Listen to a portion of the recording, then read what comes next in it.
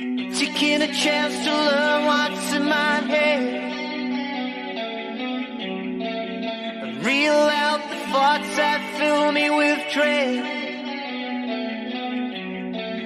You die for me when I won't even cry for you. Oh please Lord, tell me what must I do? Taking out a page each day from the letter you wrote to me. A book of lies that I despise, but with your animosity. Take me back to a time we met on that bank holiday. We made it right from the first night till you threw it all away.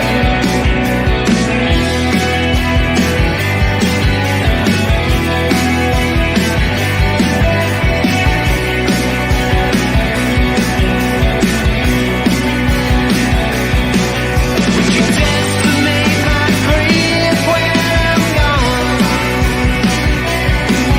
Or see me for that man that I've become?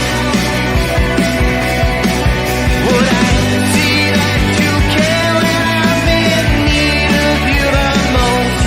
But you don't care. You're not there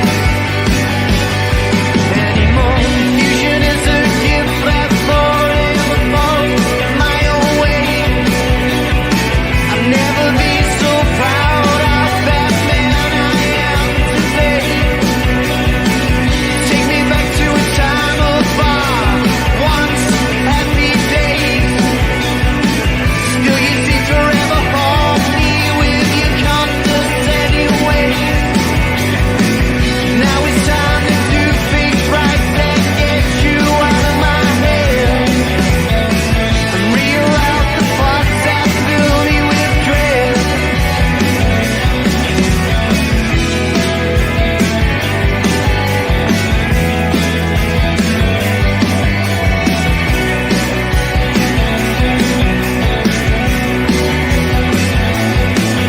Would you dance to make my grave when I'm gone?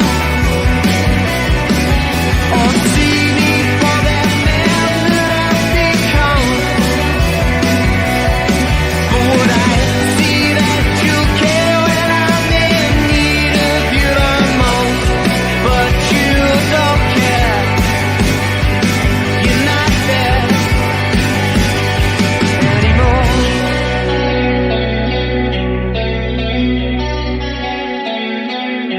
And the pain you caused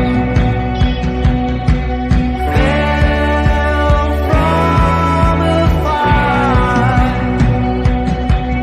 and the message that you betrayed caused me too much sorrow and pain. But I won't fall for that anymore.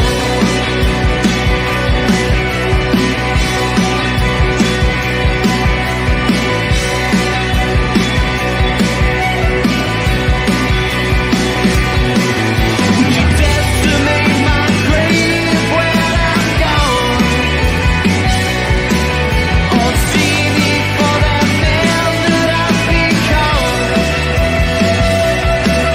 Would I see that you care when I'm needing you the most? But you don't care. You're not there anymore.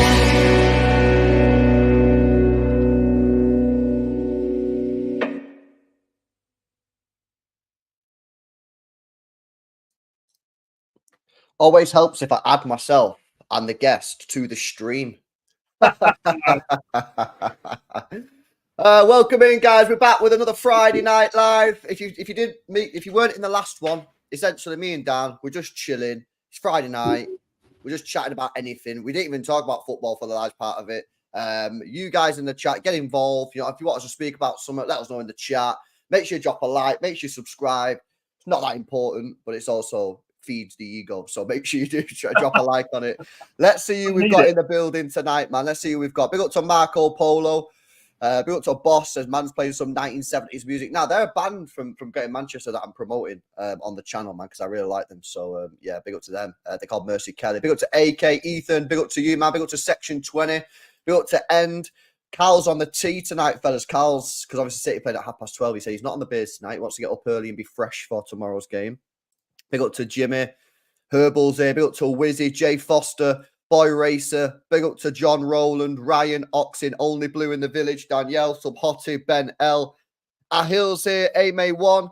Big up to LB1998. Big up to Brett, Flavel, Pardo's here. Big up to Nax, Elder, Joseph City. Good to see you guys. Hopefully you're all doing well. By the way, you can follow Dan on his TikTok. I've put the link in the description, guys, so you can always go check him out, mate. But yeah, welcome back in. Friday Night Live, mate. Yes. Been looking forward to this one all week, mate. Thanks for having me back on, and also big shout out to everyone on the chat. There was some really nice comments from the last video. I'm not bad for a rat, so I was quite happy with that. I'll take that on the City channel. Yeah. What are you drinking tonight, man? What are you doing? Gone with a bud, mate, so far, and I've just been trying to get rid of all of the excess beers from Christmas, and so I've got fucking Crimson. Look at that. What even is that? Some of these beers that are coming out with nowadays with the I know some of you guys in the chat won't drink, maybe you're under 18 or maybe you're like your religion don't allow it, mate. But like some of these beers that they're coming up with now, the artwork is proper crazy, man. What is? I don't even know what it is. What is that? It looks like a Pokemon, man. It does look like a Pokemon. Mental, mate. Mental. I'm on this Asda's own dark rum. It's £6.80, but it's actually nice, man. It's actually nice. That's why I get it. Not because it's £6.80, because it's actually nice, mate. I need to show you this tweet, mate. Check this tweet that someone's just put out on obviously on Twitter, bro. Look at this. This is from 2016. Southampton FC put the second half will be delayed by 5 minutes with the fourth official Kevin Friend needing treatment. Dean Trelivan replaces him, and this guy replaced. This happened once in my village, though it was a lion that bit a linesman. He died, but we won 3-0.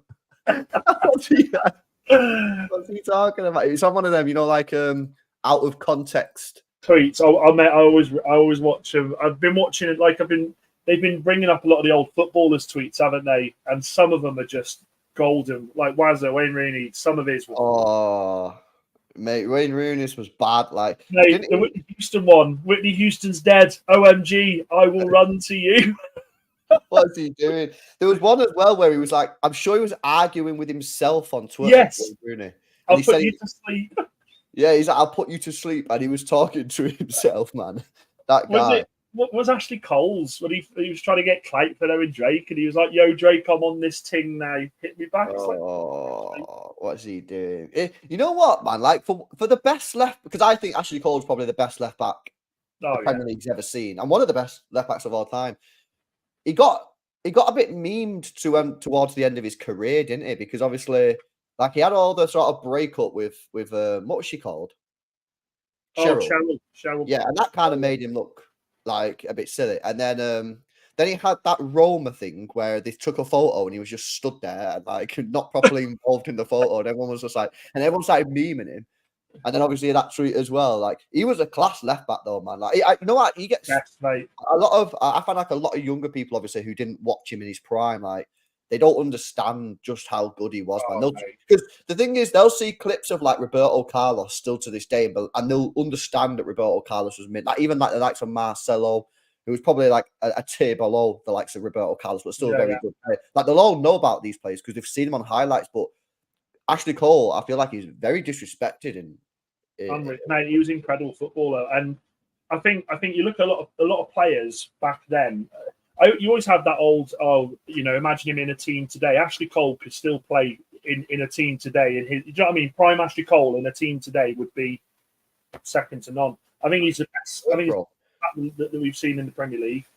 I think he's the best left back that England's ever seen as well. I honestly, hands down, say that. He's always, whenever we play Portugal, always had Ronaldo in his back pocket. Yeah, I seen that interview that Ronaldo done. He said Ashley Cole's the hardest player he's ever played against in his career. Yeah, which tells you something. I don't know how much. Do you think part of it was the whole the Chelsea thing as well? Because a lot of fans turned on him after that, didn't they? When he said that he was driving and when he realised what Arsenal were going to pay him, he had to pull over because he felt physically sick. And I think that was the start, because what do they call him? Cashley Cole and all sorts, didn't they? Like, and when he played at the Emirates, I think it was, or was it Highbury? It might have been Highbury. They were throwing fake money at him, weren't they? They were just, he had a hatred, pure hatred from everyone after that. No, he did, because obviously he went for the money, but he obviously made the correct decision, because look at what he won compared to what Arsenal won in that period. But like he obviously only went for the money, and even from a Chelsea point of view, like Chelsea fans wouldn't disagree with that. He did only go for the money, but like he also made the correct decision. He got paid more money and he won more stuff that he would have won at Arsenal. But yeah, he was a class player, man. He really, really was a player. How is he better than Roberto Carlos? I didn't say he was better than Roberto Carlos, by the way. I'm just saying Douglas Wright, Shrewsbury, mate. Just sorry, he's asking where he's from, the Black Country himself. Shrewsbury, trying to place the accent. Oh yeah. Mate, I get that so much on, like, when I do my lives on TikTok, and they're like, "Oh, where's your Manchester accent?" I'm like, in fact, right, this isn't something I want to say, right? Where is the rule where you can only support the club where you are from? I hate that rule. Like my hometown club is Shrewsbury Town. I go watch them. I'll always go watch them. Of course I will. But Manchester United were installed into me through family. I hate this rule. I remember when United beat Villa in the Carabao Cup last season 4-2. At the end of it, I was walking back to the car, and this Villa fan's like, "Where are you from?" And I said, "Why do you want to know?" He's like, "Where are you from? Because you're not from Manchester." I was like, I get that. He goes, you're a joke, you are. You're an absolute joke. You support your local team." And I was like, okay, where are you from? Well, that doesn't matter. I said, "So what's the fucking problem then, mate? Shut up. Just take the L." Do you know what I mean? I can't stand this. Nah, it's just used as sort of like a banter / put people down, but like, it's one of them. I don't really feel like because international and I stick up for international fans all the time, because I think international fans get so much stick, right? Because here's the thing, and I always speak about this. Because people always moan about tourists at football stadiums, right? Yeah.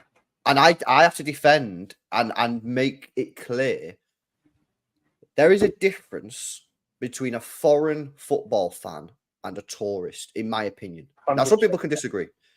For example, right? Someone in the chat, I don't know. I know Majis isn't English, right? Because he's told me before. I think he's Canadian or from Jordan or something like this, yeah? Big up Majis. Let me know in the chat. Majis is a City fan.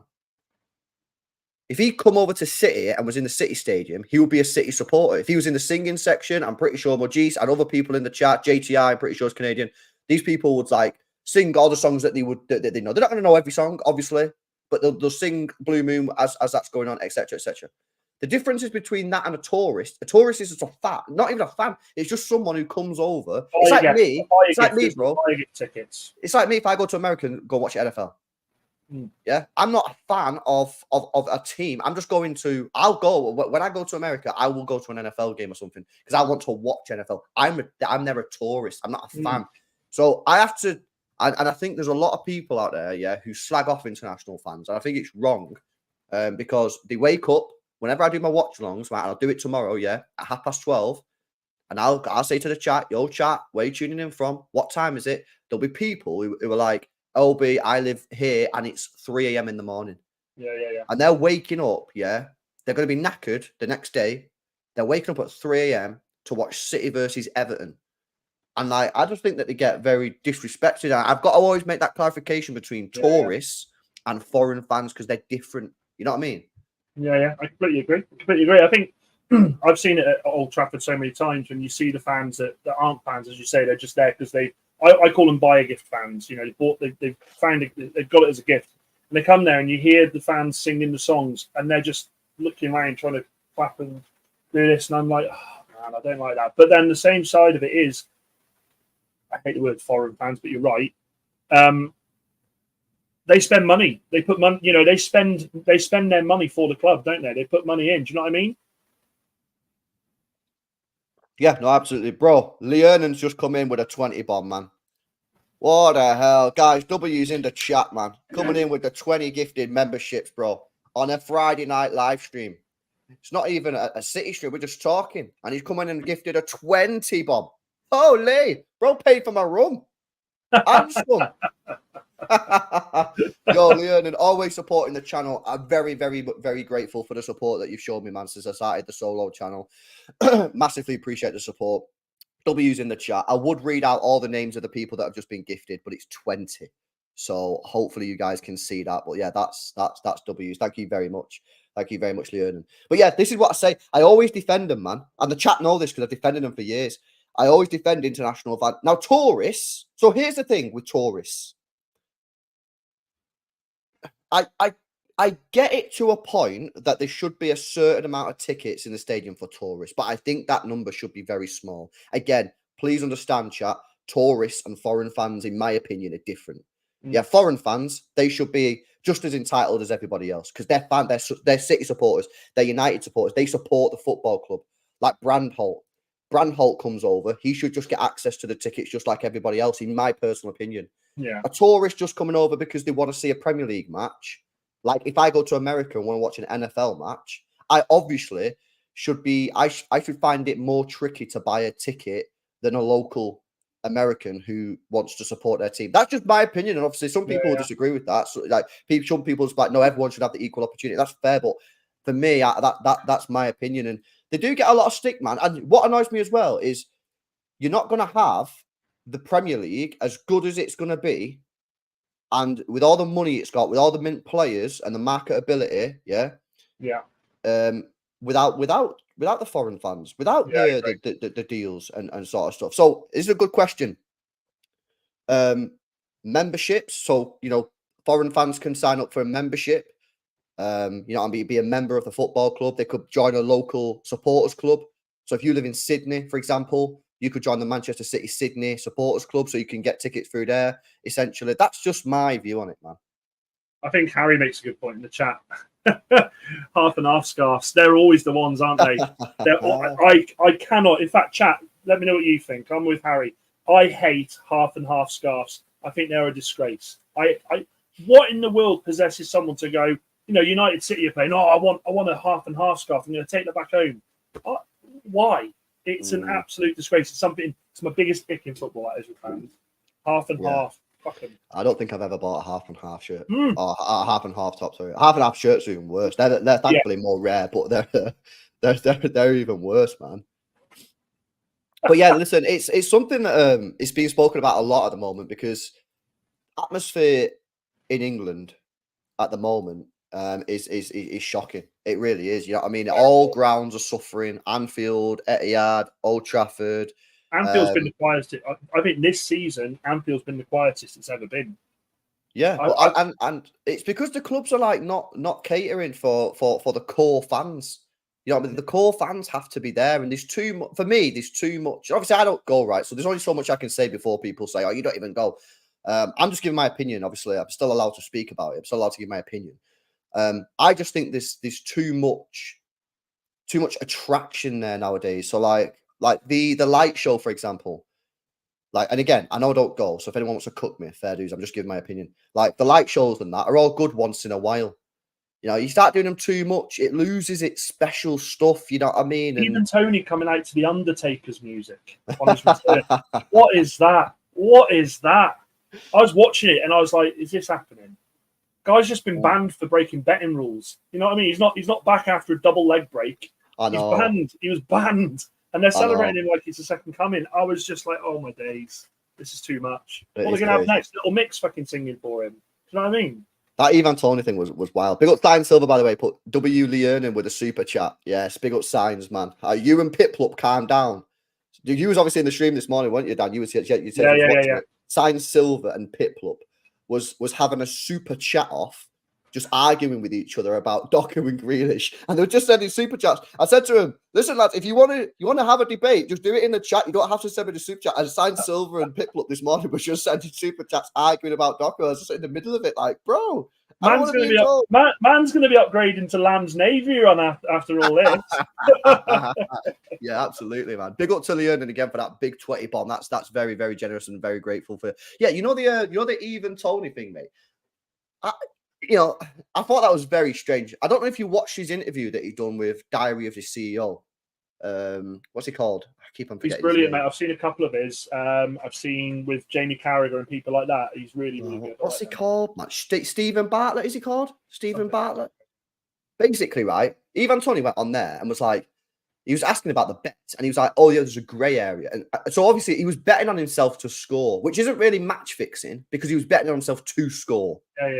Yeah. So obviously if he betted on himself not to score, then that's obviously that bad because you could just miss open nets because you've got a bet on. He bet on himself to score. So it's obviously not bad, but everyone knows you're not allowed to do that. And he said on there, he went, I didn't know I wasn't allowed to do it. It was a grey area. And I was just like, what are you talking about, man? Like, yes, it's not that bad because you're betting on yourself to score. So it's not like you're negatively impacting something. Or betting on his team to lose. You know what I mean? Or betting on himself to get a yellow card, for example. But everybody knows you're still not allowed to do it. Oh, I thought that. And I was just like, come on, man. There's so much of it happening, though, isn't there? There's so, like the Tonali incident, that was massive. It's just I don't get it either. I'm gonna sound old here, but why do they need to? The money they I was going to say I think it's probably a problem that maybe some players are having, and maybe they need support. I don't know, because obviously you had this one in Italy where Tonali's been banned, and that was it Zaniolo or something like that. No, Zaniolo was right, wasn't he? Was it? Yeah. Is he? Yeah, I know which one you're on about. There was a couple of players though, weren't there, in Italy that was all involved in this betting thing. Obviously, there must be something about it where the thrill of it or something that they like, and maybe they just need support and be told and be spoken to about it and said, look, you can't be doing this. Give them support. I don't know, but obviously it needs sorting out because you've had a couple come through, and here's the thing, because you've got the apps now on the phone, man, and it's so like, I don't gamble. I did, mate. I did. I lockdown caught me $6,000. It did. Caught me $6,000, and that was as simple as so. It was working from home, lone working, which mental health wise is ridiculous. I'm a people person. I love talking to people. Yeah. I remember I got an email. I finished my work by about 12:30, and I got an email, and it was like free spins, 100 free spins, no deposit, and I was like, I'm bored. I don't need to put any bank details in, so I did it, and I won like 200 quid, and I was like, nah, I'm never going to get that money out. So I put my details in, and bang, it hit my account, and I was like, sound. So then I put 100 back in, and I was like, 100, I'm 100 up regardless, and I kept winning for like a week. Yeah, kept winning and winning, and then the algorithm itched, doesn't it? Bang. Yeah. And then I started losing, and then I downloaded it onto my phone, and I was doing the slots, and it got to a point, I'll never forget it. England against San Marino. Half time, I'd been paid that day, and I blew 400 quid in the first half. Whoa. And I turned to my wife, and I was like, I've got to tell you something. I've fucked up. And that was the best thing I did. And then I was like thinking, right, do I need to go to Gamblers Anonymous? Do I need to do all this? I was like, I don't really want to do that. So I went on this page, and it was like the best way to do it is, and if anybody's struggling with gambling, this is the way I did it. Go to your bank, and you can do something that's called merchant control, and it stops you from basically depositing money to accounts that for betting. You can't even go into a bookies and use your cards; it won't let you do it. Yeah. My bank has an app, and on the app it says like block it. That's it. Yeah. So it's like that. So then I did that. That worked. And then the other thing it said was watch YouTube videos of people winning big, because you'll get the high when they win big, but when they lose big, you'll be like, I'm glad it's not me. And that's worked. And so every now and then, if I have a little, like I went to Scotland a couple of weeks ago to watch football, and I did a couple of accumulators with the lads up there. Got home and I was like, accumulators, that's not so bad. But in my head, I'm thinking, hang on, stop. So then I whacked the videos back on. So it hit me, mate. I mean, they probably lost a lot more than I did. But yeah, 6K in lockdown. Wow, it was like, that was an experience. That was fun. It is a madness, and you do have to be really careful. But that's why I'm saying, for me, I think maybe the people in football have to look at it as maybe a bit of a wider thing. Do you know what I mean? So I don't know. Big up to Mojis coming in with a 5 memberships, man. Big up to Mojis. Mojis, did you say, by the way, in the chat where you're from? Because you have told me before. He was Canada. I think he was Canada. Oh, was it? I'm sure it was Canada, but then I'm sure he said he's got like family in the Middle East somewhere. But this is, I think this is going back years. He told us that. Big up to Mojis for the 5 gifted. Thank you very much, mate. Massively appreciate the support. Have a good Friday night. Big up to Sign Silver, who just comes in with a simple W Mojis. Big up Signs, man. Thank you for the donation. Big up to Brett coming in with the 5 gifted as well. Come on, Brett. Thank you very much for the 5. Always in the stream supporting. Thank you very much, Brett. Have a great Friday, mate. Or I'm just going to post a comment and see if I've got a membership here. Hang on. You've got a good chance, mate. You got a good chance. Imagine, no. I don't know what time it is in Australia. Australia are ahead of us, 12, right? Mate. Yeah, 12 ahead, isn't they? Or is it 11 ahead? So it'll be morning where he is. Yeah, it's Saturday morning where Brett is. Yeah, it's say right, 8 or 9 there, isn't it? Yes, big up to Brett, man, coming in at 8 a.m. Big up to you. And then Sign Silver again is coming in saying, W Brett. Come on, Sign Silver. Thank you very much to all you guys gifting and super chatting. Big up to LB1998 says, Dan, have you seen anyone else bungee jumping lately? No, luckily not, mate. I felt like doing it a couple of times myself this week I've had, but no, definitely not. Big up LB. JTI would remember for 5 months. Says, W this community. Come on, get these likes up while you're here. Big up to JTI with the 5-month member chat. And then Sign Silver just says WJTI. Big up to you guys. Thank you very much to the Yearning, Sign Silver, Mojis, Brett, LB, and JTI. Big up to you guys. Thank you. You're getting a mini bar after Signs here, mate. You're gonna have a mini bar in the back. I know. I might get on Just Eat and order the proper stuff because yeah. But but you listen. Going back to that stuff, then it is bad. And obviously, I just seen someone in the chat then who said apparently they've done studies on it and it releases a chemical in your brain. There's nothing better than the win, mate. Like I've had it on the slots where I won 900 quid like on the one slot, and I was like, fuck, oh my god! And in your head, you're like 900 quid. That's sort of be for the month, and then you chip. I'll do 20. When I started it, I was doing 10p spins. By the end of it, I was doing £5 spins. It's money blowing away, mate. Here's a question for you, and maybe a question for the chat. And let's just keep this civil. We don't need to argue with each other. But do you think that it should be banned? But then the argument to that is, well, there's people out there who like it and don't have a problem with it, and therefore you're taking it away from them, and therefore you're eroding people's freedom of choice. Or I guess the case for banning it is that it ruins so many people's lives. But then, of course, the flip side to that is, but then you're ruining it for other people. Like, I don't know, man. I feel like, what I think they should do. But again, I don't know if this infringes on people's rights. Is like, could they maybe do a limit where where you can only spend like a set percentage of your wage per month?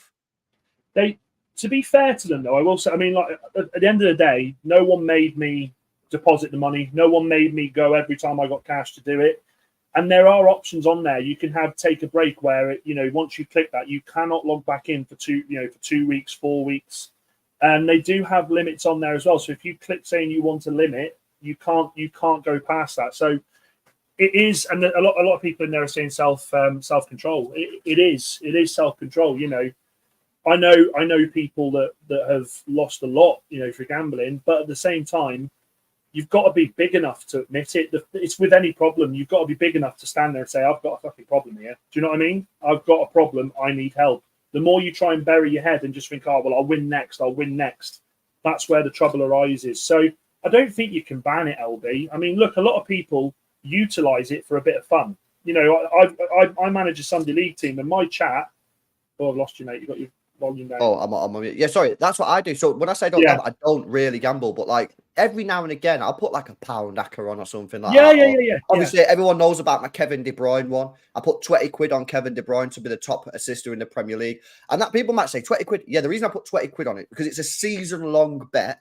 Yeah, it's not like I put it on and then tomorrow I've either won or lost. I put it on and it's fun because and the chat get involved. Even the people that don't gamble, people are always like, "Oh, LB's got another assist." Like people are buzzing from it because it goes all season, and obviously the odds were just ridiculous. But like, and the only other stuff that I do is when we go to the pub and sometimes I'll have horse racing on. I'll put like a 25p on a horse or whatever. But I never do like serious stuff. But no. It's obviously a money spinner as well, and obviously the government gets so much tax revenue from it that they're probably reluctant to make any proper bans. But there was a thing about, was it Paddy Power or it was one of the betting companies that the profit was billions, you know, from like the year of COVID. I'm pretty sure I read it was something like that. They just made so much money. The thing is, it accounts to boredom as well, doesn't it? You know, there are people that will go on there and bet on South American 4th division, you know, mid-table ties because they're just addicted to doing it. But it's like anything. If you utilize it the correct way, you're fine. You know, it's like alcohol, isn't it? Me and you are going to have a couple of drinks tonight. There are people out there, sadly, that will take one sip and go, "That's me. I'm hammering it to the point where they can't stand." Yeah. Addiction's addiction, unfortunately. Yeah, no, it's very true, very true. Big up to Farhad says gambling is a ram. Like I say, it is banned in a lot of religions, isn't it? I think so. You know, them guys are protected if they can stay out of it. Big up to Farhad. But yeah, listen, it's an interesting topic, and yeah, big up to the chat as well for giving us all your comments without going weird on it. You know what I mean? Because obviously sometimes people go weird when you start talking about like deep shit. But big up to the chat, man. I enjoyed listening to quite a lot of your views there. Oh, this is a good one. The blue card. Have you heard about this blue card? I didn't have to finish my sentence. He's already gone. Go on. Tell me your thoughts on the blue card. It's just another case of them trying to ruin the game just that bit more, isn't it? I mean, these referees are becoming the superstars of football. You know what I mean? They are the centre stage of everything. And I don't understand what they think it's going to achieve. Like I've said before, I manage at Sunday League level, right? And they use sin bins in that. And that, it is all dependent on which referee you get. There is none of this, we stick to a rule if we hear a certain thing. And that is what will happen with the blue cards. It will be dependent on which referee you get. Some referees can take a bit of stick, others will take none of it. I think it ruins it. I mean, look, they're doing everything to ruin the game at the moment anyway. But the fact that every manager has come out and said, no, definitely not. And what is it they said? If you get a blue card and a yellow card, it's a red card, isn't it? I think. And if you get 2 blue cards, it works as a red. It's just why weird. Why try and make it worse? Yeah, it's crazy. You know what I mean? And there was so many questions about it. People was like, "Well, hang on a minute. How was this 10 minutes work?" Because like, you know how sometimes the VAR takes like 4 or 5 minutes. What about if someone gets a blue card, right? Go off for 10 minutes, and then instantly there's a VAR decision which takes 5 minutes. Does that 5 minutes? But the game's not been played for 5 minutes. Does that 5 minutes come off your blue time? And also, if the blue card incident happens after the VAR incident, does that mean that incident is quashed off and they can come back on because they've had to take the game right back to VAR?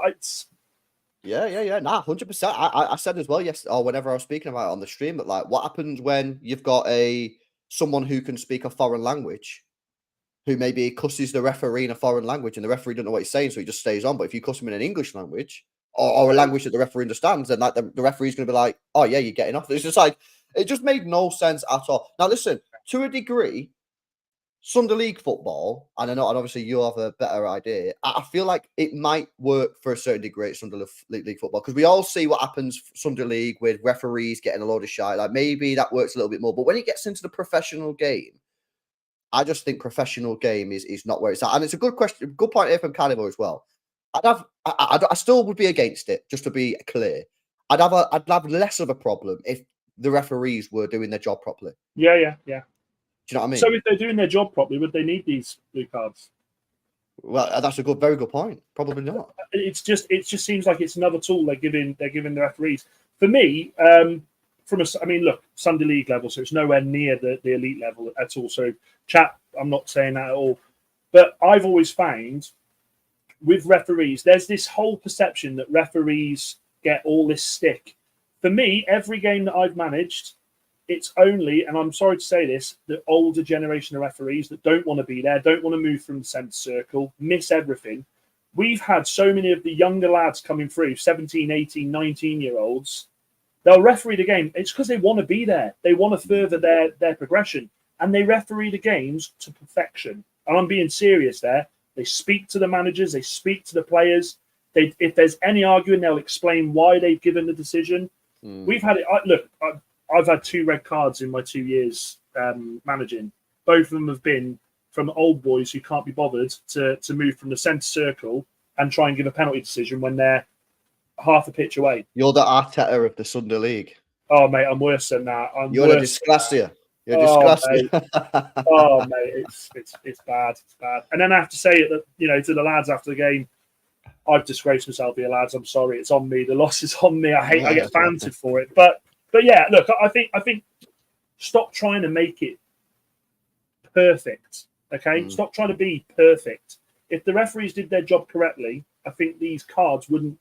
Can you imagine Kalina? Right, I know, but Kalina never needed a fucking blue card. Kalina had respect of the game. But would he be allowed to because he was quite like, He you was get aggressive. in his face, he'll get in your face. I don't think he'd be allowed to do that these days. Oh, I'd love that. I'd love that. That video of him with Thomas Repka. I'd love it if they were making the correct decisions. Yes, This is the problem with the modern referee for me. Yeah, this is the problem with the modern referee. A lot of them are arrogant. Mm-hmm. Yeah, a lot of them have egos and they make big decisions wrongly. So, for example, your boys, and I don't know if we spoke about this last time, might have done, when you played Liverpool. And this is for me the perfect example. And I know I speak about this a lot, chat, but it's a perfect example, which is why I always bring it up. When Diogo Dalot against Liverpool in the 93rd minute of the game or 92nd minute of the game, 0-0, no one expected United to get a result, right? Everyone expected them to get battered. It was a decent result for United based on where they currently were. Great result for United. And in the 92nd minute, the ball went out for a throw-in, and it was a United throw-in. It was, and the referee gave it to Liverpool. Dalot emotionally reacted and went like this, right? Which I still never understand why that's a yellow card. The referee then booked him, right? And then obviously because he's so emotional and so frustrated, he's done it again and got sent off. That referee's done that because he's arrogant and he's got an ego. Now, the problem with it is, and it happened to do the flip side, it happened to Nunes in a recent game, and I can't remember the game it was. Nunes, I think, got fouled or something. Something happened to Darwin Nunes for Liverpool. Wasn't it the Arsenal game? It might have been. Arsenal, yeah. Was he was like that one, he threw his fist. Yeah, he did that. And again, the referee got the decision wrong. Whatever Nunes was complaining about was correct. I think it was I think maybe Saliba or something had fouled him and the referee didn't give a foul, but it was a clear foul. Like he had his arms around him or something. The referee didn't give the foul. He reacted emotionally. He gets booked. And I'm just like, that's the problem for me is you're giving yellow cards to players who are reacting, but you're getting the initial decision wrong, which is why they're reacting. Get the decision right in the first place and they won't react. And by the way, these people are human. We're humans. They've got emotion. Correct. But here's the thing as well, right? If a player reacts when the referee's got the decision right, everyone cooks the player. The commentators will cook him. The commentators will go, look at this player, like he's kicking off with the referee, but the decision was correct. He's been rightly booked. And as fans, we'd go, mate, you need to shut up, like just sort yourself out. But when they get the decision wrong in such an emotional, high intense game, this is why I have a problem with it, man. Yeah, I agree. I think, but again, with the Dalot one, for me, this is where referees need to understand the occasion. And Michael Oliver, and he's an experienced ref. It's not his first season. He should know United away at Anfield.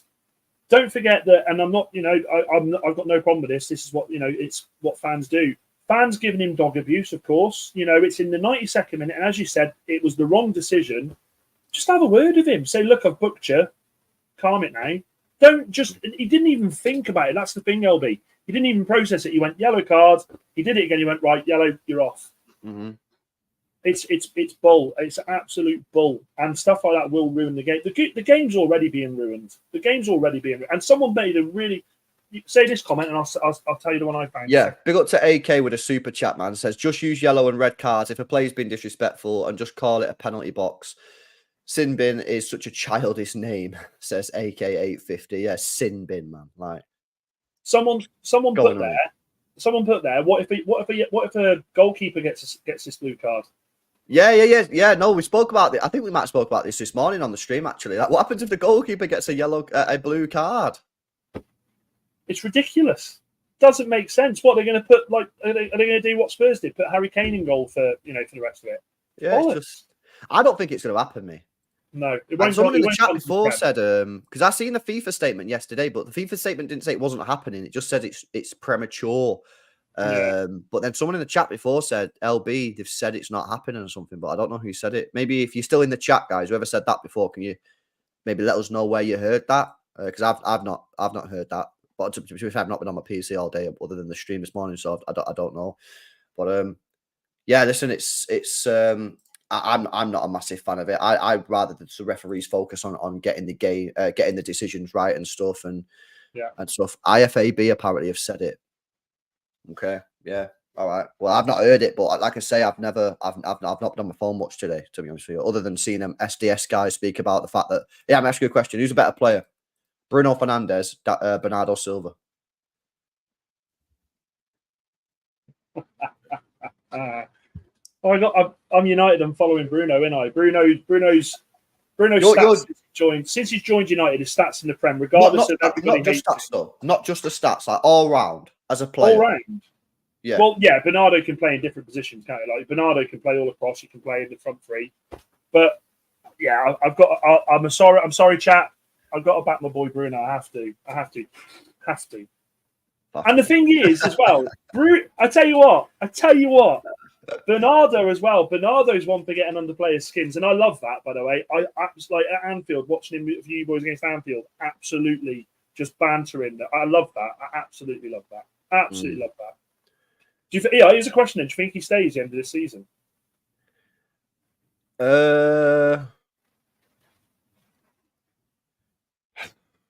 Here's the problem, right? So basically, he said he wants to go back to Benfica when he's 32, because he said he wants to play for Benfica before he's like pure old. You know, he don't want to go back to Benfica when he's 35, 36, where he's basically just going back there. He wants to go when he can give them a few years where he's still good, right?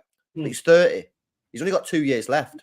So the problem that he has is if he leaves this summer, he's not going to be able to go to Benfica when he's 32, because that's only 2 years away. Because someone's going to have to pay 50 million, and Benfica won't be able to afford 50 million. So someone's paying 50 million, paying him 300 grand a week, and then in 2 years selling him for less, for less than 50 million. No one's doing that, especially if it's Barcelona. So I think he wants to leave, but I think he will get to the summer, and I think he'll speak to City and say, I think he might just say, listen, I'm just going to do 2 more years, and in 2 years, I want to go to Benfica, and you got to make sure that I can go to Benfica either on a free transfer or for cheap. But I don't know. Like, at the end of the day, he does have a £50 million buyout clause, so if someone wants to pay it... Season, though, doesn't it? Every summer, it seems to be, is Bernardo going? Yeah, because he wants to leave. Like, he wants to leave. And obviously, City give him a new contract out of pity, because the guy was on like 120 grand a week. And everyone else was like Kevin De Bruyne, Foden, and all them lads are on like 250, 300k a week. And they kept on. I think they went to Bernardo and said, listen, Bernardo, we all know you want to leave, but no one's paying the money, and you're on 120 grand. So why don't you sign a new contract? We'll pay you 300 grand a week, you know, something that you should be earning, and we'll put a release clause in the contract, which obviously they've done. The question is, you know, will that get activated by a team that he wants to go to? Because by all accounts, it's just Barcelona he wants to go to. Yeah, you don't want to go anywhere else. But I mean, Barca are coming out today, and it's the United merry-go-round with Frankie De Jong again, isn't it? You know, they're saying they're open to letting him go. I don't understand how Barca. I mean, we all know the chat about Barca, but I still to this day don't know how Barca have been able to do what they're doing, because they are on borrowed time. Do you know what I mean? Right, they are, and I don't say this with any pleasure, because growing up, Barcelona were the team that I loved watching, as most people did, because they were such a fantastic football team. In my honest opinion, I think they're fucked. Yeah, 100%. Bro, do you know? So an accountant, I think it was an accountant, or it might have been Stefan, who's used to work at City. He's a lawyer. They released, this is how down bad they are, right? Do you know how they did all these levers, where basically like they sold future revenue to get the cash in now? Was that TV rights, stuff like that? Stuff like that. It's basically like me going to YouTube, and saying, YouTube, work out how much money you think I'm going to get from YouTube in the next 2 years, and give me all that money now. And then when that money comes in from super chats, from ads, you just keep the money. They've done that, right? And then in their reports, they announced a profit, right? But they included that money that they got in the profit, and people was like, well, that's not really how profit works, because next year you ain't got that money. It's like they basically hacked it, and it was a crazy situation. But I think I just think they're done, mate. Like, players, they couldn't even pay cuts, and players, like, you know, foregoing wages. How is that legal? Yeah, no, absolutely. Apparently, yeah, they were. Do you know this Echeverri? I don't think you might know about him because not a lot of people know about him outside City. Have you heard of City have signed this kid called Echeverri from Argentina? You were talking about this guy about a month ago, weren't you? Yeah. So basically, apparently, the rumor is that Barcelona was signing him. He wanted to go to Barcelona because Messi's his legend. So, like most Argentines, like they want to go to Barcelona, replicate Messi and that. And apparently, they couldn't afford it, and that's why City got him. Yeah. That's only rumors, but like they are screwed, and obviously they couldn't afford to buy Cancelo. They couldn't even afford, or they weren't permitted to put a buy option in his contract because City wanted option to buy when we loaned him Cancelo, and I think La Liga come back to him and went, "No, you're not permitted to have a buy option." Yeah. So it's just a loan. So technically, Cancelo's going to come back to Man City next season, which is probably unlikely, but.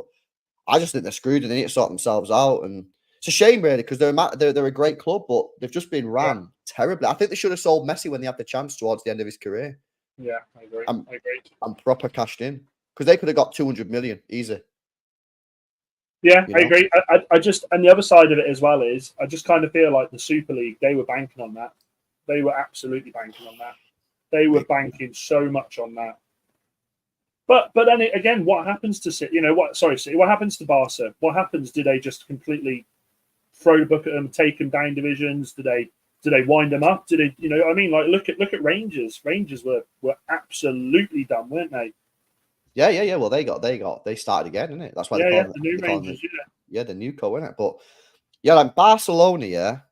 If you look at their Champions League, let me bring it up on screen, actually. If you look at their Champions League, because obviously Champions League is such a big thing nowadays. Like, it's where the money is, and that's why they all want I think they're really, really bad. Last year, didn't get out the group stage.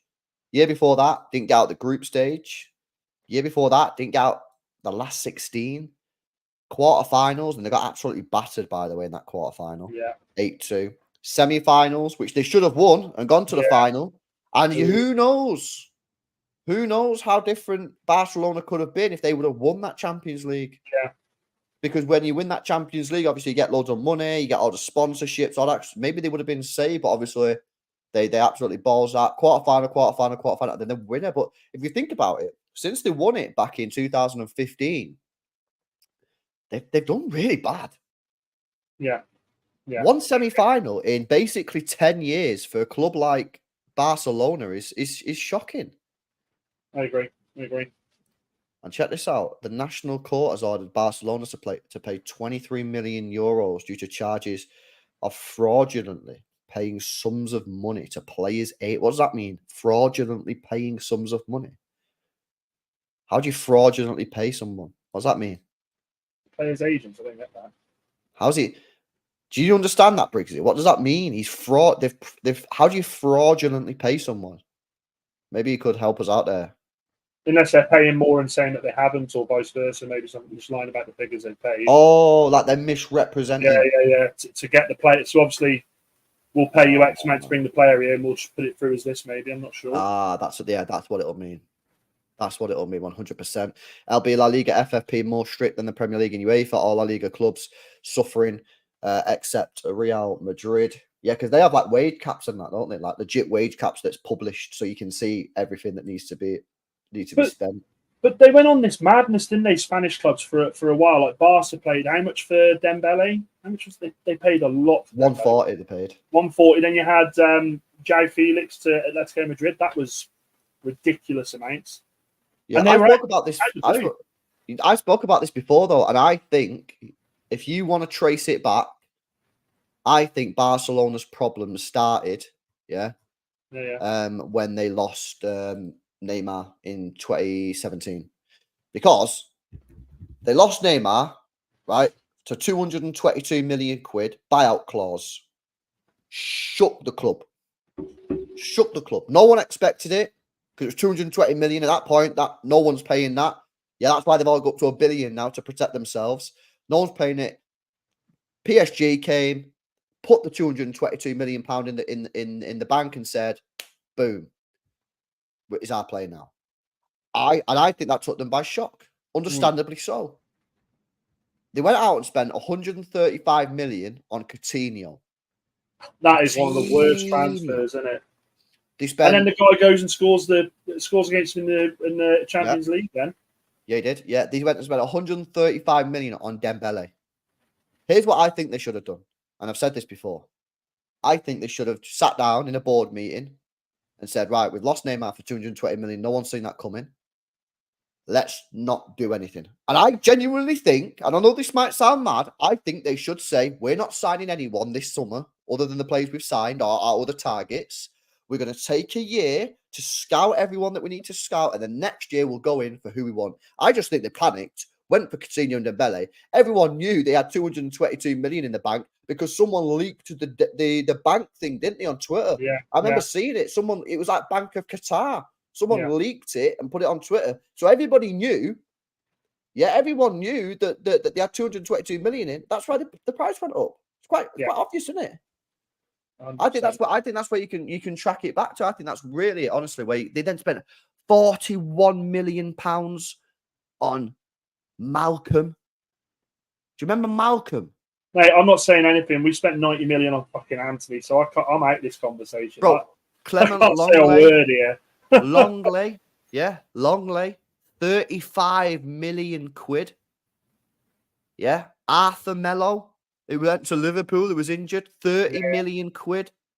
Griezmann, 120. Frankie de Jong, 86. 86 for Frankie de Jong. You know, he's done all right since he's gone there. They just spent so much money on players like Pedri. Oh, is that Pedri? Did they buy Pedri?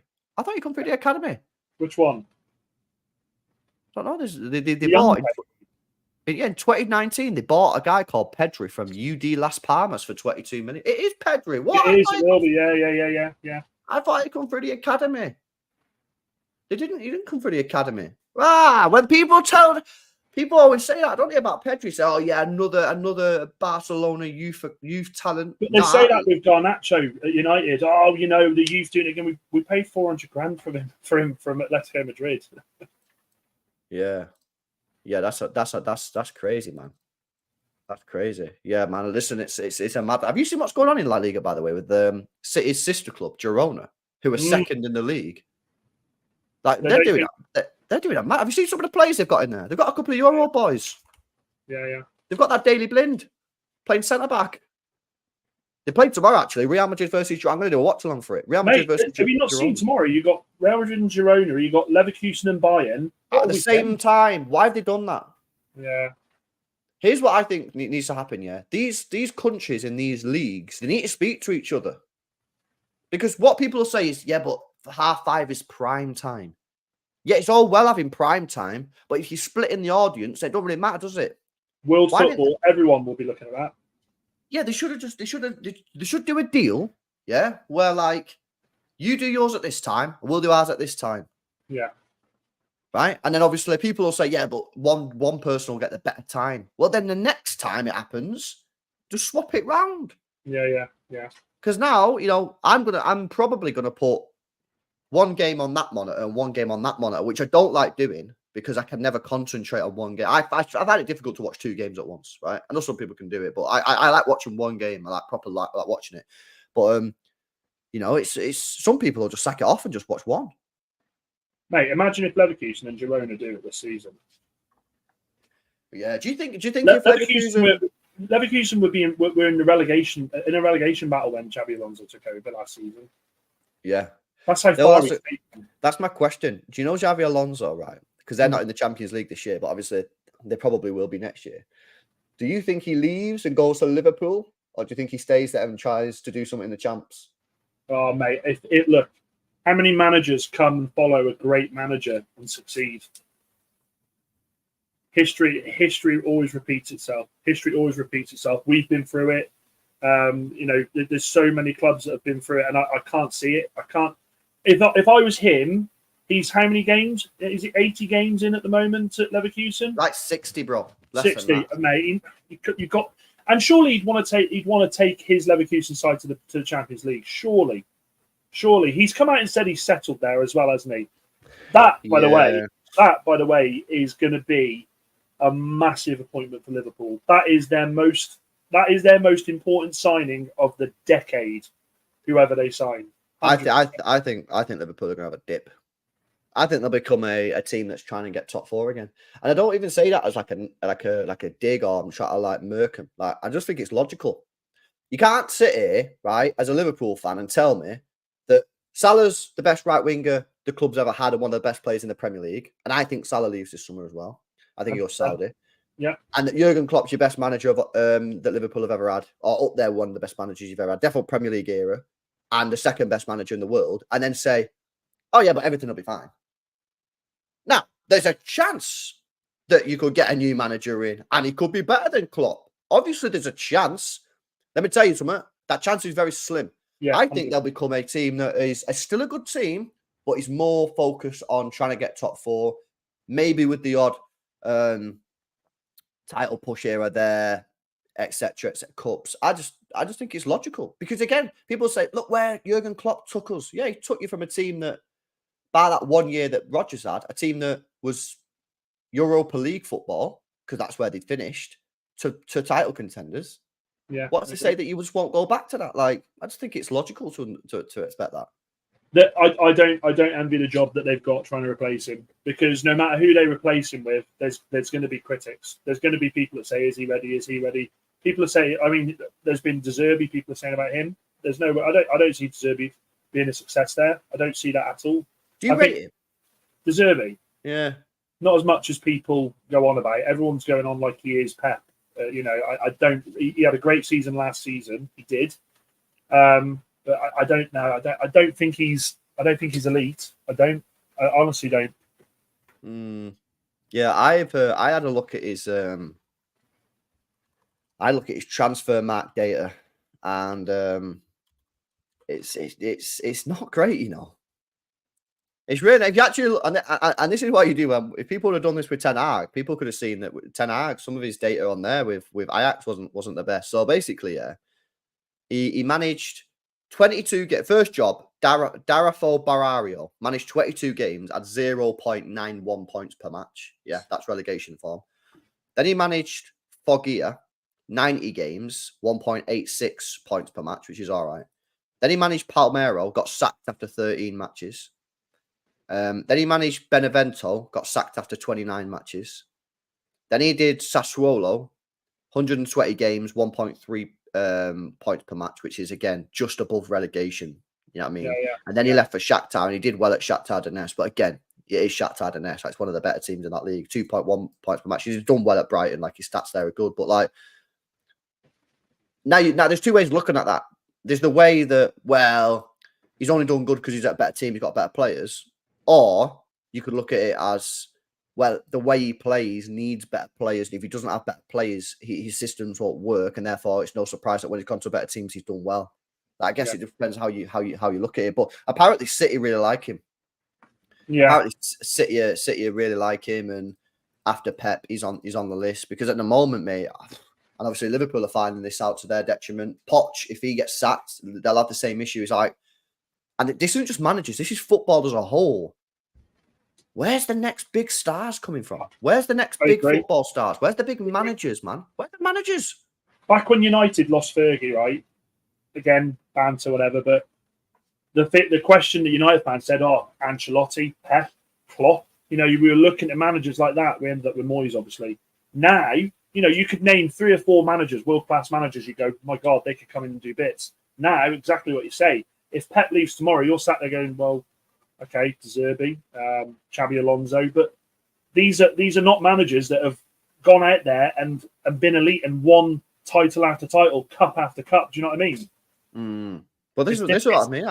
I don't know because different now, mate. Yeah, about a year ago, right, when me and the chat were speaking about who, or maybe not in the year, but maybe at the start of the season, people was like, well, LB, if Pep leaves, who are you taking? I'm saying, right, okay, on my list. Yeah, on my list, I had Company on my list, obviously. Ex-City legend. He done really well at Burnley in the Championship. I had... It never works, mate, having a legend. Trust me. Yeah, I know a lot of people say that. Trust me. Who else was on my list? Luis Enrique at PSG. He was on my list. De Zerbi was there, in and around it. Xavi Alonso at that point probably wasn't, because obviously this was the summer, so he'd only managed about 20 games. Now I'm looking at it saying, this Luis Enrique, yeah, He's gone down since he's gone to PSG, in my opinion. I agree. Pep's obviously completely, like, not Pep, sorry, company's just completely, like, lost a plot at Burnley, and they're just doing really, really bad, and that's obviously took a massive hit. De Zerbi, listen, De Zerbi is like literally, I was speaking about gambling before, it's literally like going in the casino and just throwing all your money on red or black with De Zerbi. I think he comes in and I think he absolutely smashes it, or he just stinks the gaff out. I don't think there's any in between. I really, really don't. So I don't know. And then people say, what about Zidane? I don't think Zidane wants to manage it in the Premier League. I think he wants to manage in England. I think he wants that France job, man. I agree. I think he wants that France job. It's a big job, mate. It's a big job. I mean, like I can speak from experience. United, we've won title after title. We Champions League finals, Champions League win, FA Cup finals. We were there. The next manager that follows has to have the mentality of, regardless, I'm here. I'm coming here to do what I need to do. And I'm sorry, but I think managers come and quite rightly so, they look over their shoulder and go, "Fuck me, this guy's won loads. I've got to try and replicate this." And football fans, I don't care what anyone says. We're all the same football fans. If results don't start going the way that we like it, and we can't see a clear progression, I'm like it with Ten Hag at the moment. We say, "What's he doing? What's he doing?" There's nothing here. So I feel like the days of managers staying a long time and being able to build something, it's gone, because the Premier League now demands success. Your club needs to be successful, or you are left behind. Yeah, I'm just going to go get another Coke, but can you speak about this? This is a good question. I've seen this being linked. Fucking hell. I'm just going to get a Coke. Back in a sec. Mourinho back to United. Harry, how do I say this without sounding... Fuck no. Mourinho, for me, I said this. I had this argument with Sava, who's a Spurs fan. And Sava said he's world-class manager. He was a world-class manager, but I have the same thing as I had with Wenger. As a manager, if you don't move with the times, if you don't move with the philosophies of football, formations and ways that you're training players that worked in your era don't work anymore. And this is why the great managers are able to do what they do. This is why Pep's able to do it, why Sir Alex Ferguson did it for so long. We've seen Klopp do it. Managers move with the times. A manager never stays for so long and wins trophy after trophy with the same squad. They have to utilise the transfer market. They have to utilise the sign of the times. They have to utilise what's actually working with other managers at the moment in the sense of dietary things, stuff like that. So I honestly think Mourinho coming back to United, the only way I'd take him back is if he were to come work in the kitchen. Simple as that. Don't want him as a manager. No chance. Yeah, investments from the past. I've seen that video again today. Do you remember when he's speaking about Otamendi and Sterling? He goes, Otamendi, Raheem Sterling, Kevin De Bruyne. These are investments from the past. And then he goes, look at Manchester United former players. Look where they play. How they play. If they play. Bro, like, he knew how to speak, man. Guy should be a politician, bro. Honestly. What was it he said, like, after he lost to, was it to Spurs? He said, 3 times. I win 3 times, these 0. Respect. Yes, respect. But the other side of it is, as a character, he's phenomenal. Like, I watched the Tottenham documentary and I loved it. I'm honestly watching him with Danny Rose. Yeah. He plays shit. Yeah. Love that. I absolutely love that. But no, I would not take Mourinho back. No way. I'd have him at England. Would you have him at England? Yeah, we've had this conversation. I would. Yeah, I would. I would. I think international football management is different to club management. I think we can all agree on that now. And I think with the time he'd have, I think he'd be okay. Obviously, Dele Alli's never going to get into the England squad again, so he's all right. The only player I'd worry about is Luke Shaw, because he hated Luke Shaw with a passion. He absolutely despised Luke Shaw. And actually, do you know one thing he is correct about? And as I say, I'm a United fan saying this. He called it with Rashford 3 or 4 years ago. He called it with Rashford, didn't he? When he said Marcus Rashford's been there so many years. Is Marcus Rashford a striker? Is he a winger? What is he? Said the same with Martial. He knows ball, but I just feel like, as I said when you were away, he's stuck in his ways in how football should be played. Yeah. Do you know what I mean? He can't adapt. He can't adapt. And here's the thing as well. I feel like football's changed since Pep and Klopp come to the Premier League because City and Liverpool are hitting such high numbers. Points are dead. Draws are shite. Yeah. People say, "Oh, People overreact when there's a draw. No. It's because draws are basically losses nowadays. They're terrible. 2 times, Man City and Liverpool have gone head-to-head in the Premier League, yeah, and City have won both of them. Yeah. Liverpool lost less games than Man City 2 times. Why did they not win the Prem? Because they drew too many games.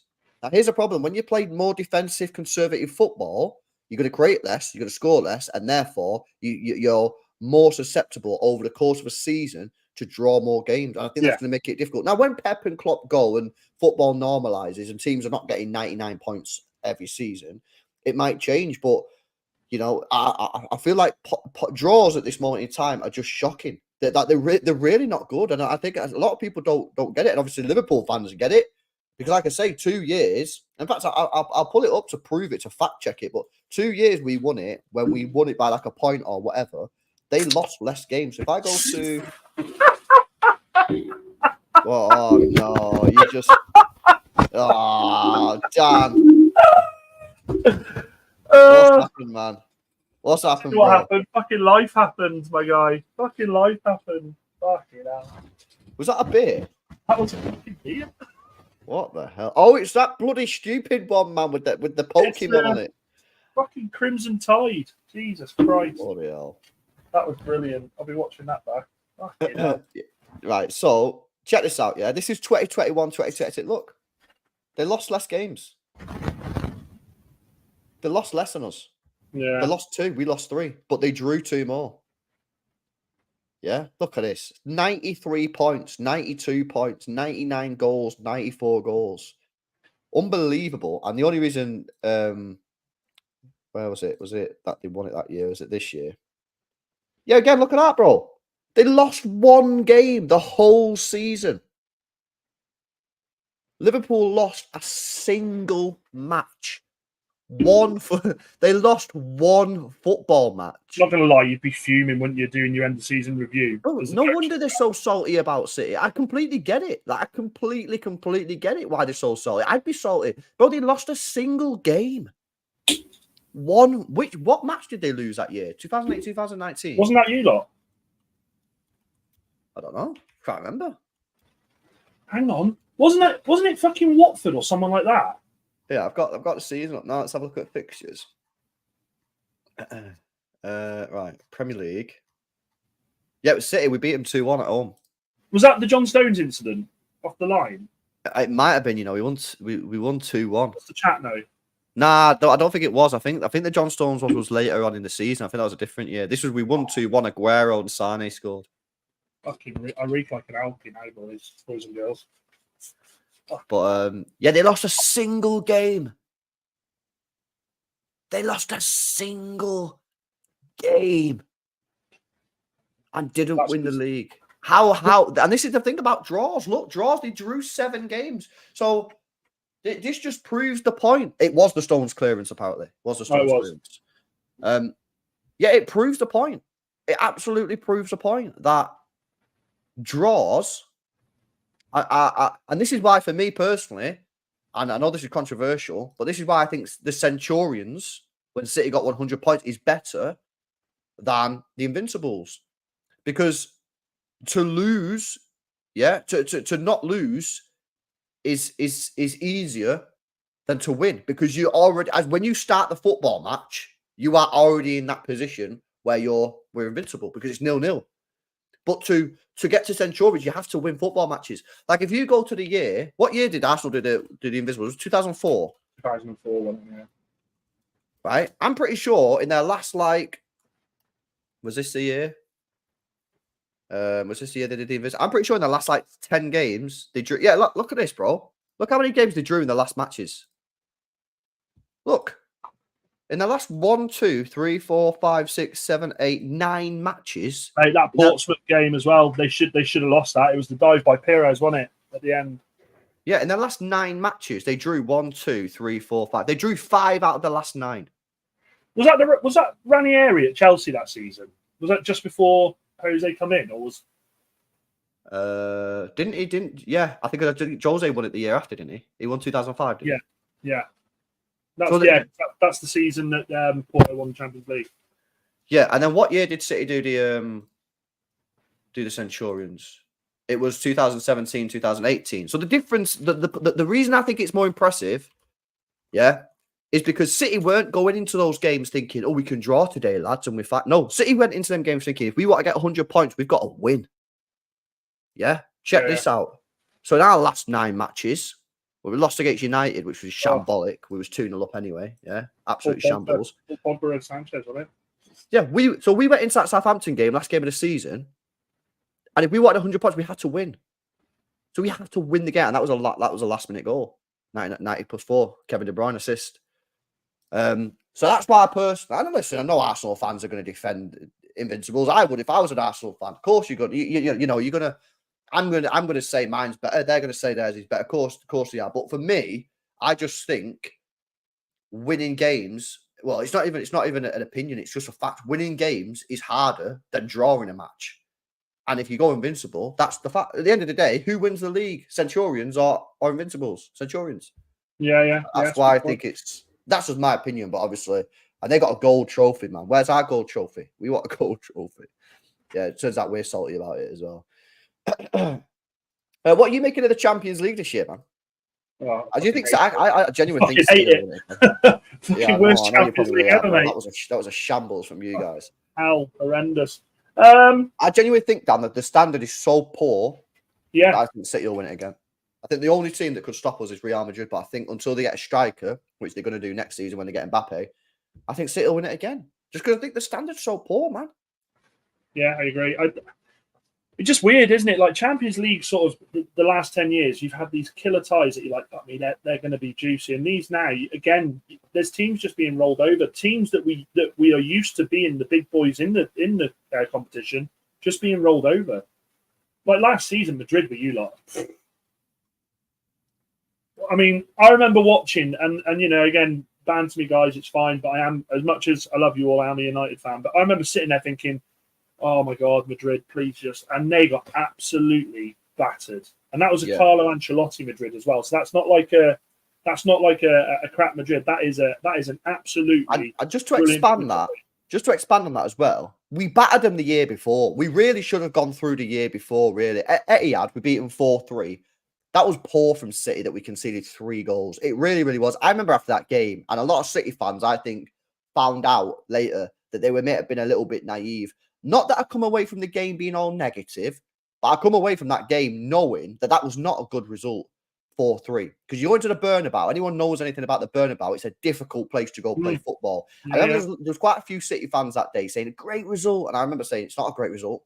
It's not a great result because you've got to go to the Bernabeu now and get a result because they're definitely going to score. So you're going to have to score. But we did batter them at home. That's why it was so disappointing that we won 4-3. I think the year after, which was obviously last year when we battered them, that's what the score should have been the previous year. So we battered them 2 years in a row. Yeah, no, I agree. Do you know something though? Do you think your squad's in a better position this season to go on and retain it? Better position. Probably not a better position, no. But I think too much is being made of the drop-off of the squad. Because at the end of the day, if you still put out our starting 11, the back four's the same. The midfield, you've lost Gundogan, but he's now playing Foden in there, who's slamming it, and is my opinion our best player this season. If you want to tighten it up, maybe you could play Kovacic. And the front three, correct me if I'm wrong, guys, I don't think Mahrez started last year in the Champions League towards the end because it's Bernardo Silva. So again, the front three is going to be the same. So actually, the only player out of the starting 11 that's different would be Gundogan. But obviously, Gundogan's a mint player, so that is a drop-off. We just got to keep our players fit. That is the key this season, isn't it? That is the key. It's like United now. Now that Martinez is out for 8 weeks, we're going to have to rely on obviously Evans. We have to rely on Maguire and Varane. Varane who can't play more than 2 games a week. More than a game a week. Let's be honest. I actually think United will implement Luke Shaw as a left-sided centre back. Yeah, well, they've done that before, haven't they? Yeah, they have, and he can come. He brings the ball out from the back, and I think that's what we had with Martinez come back for those 2 games. It was like that is just levels of what we've been used to this season. Mm-hmm. Yeah, no, I agree. Even at the Bernabeu, 2 Grealish unlucky chances. Yeah, absolutely. Even in that, yeah. No, you're right. I actually remember checking out Grealish tore it up. That's probably one of his best games. It's just no one remembers it because of because of what happened. LB ban boss. Boss, I don't know what you're doing, man. Chat, I'm not happy with something that you're saying, but please just chill in it. Otherwise, you'll end up getting banned. But Dylan, who used the word gringo, guys, listen, come on, yeah, we're chilling. Let's not be arguing in the chat. Otherwise, people will just be getting timed out.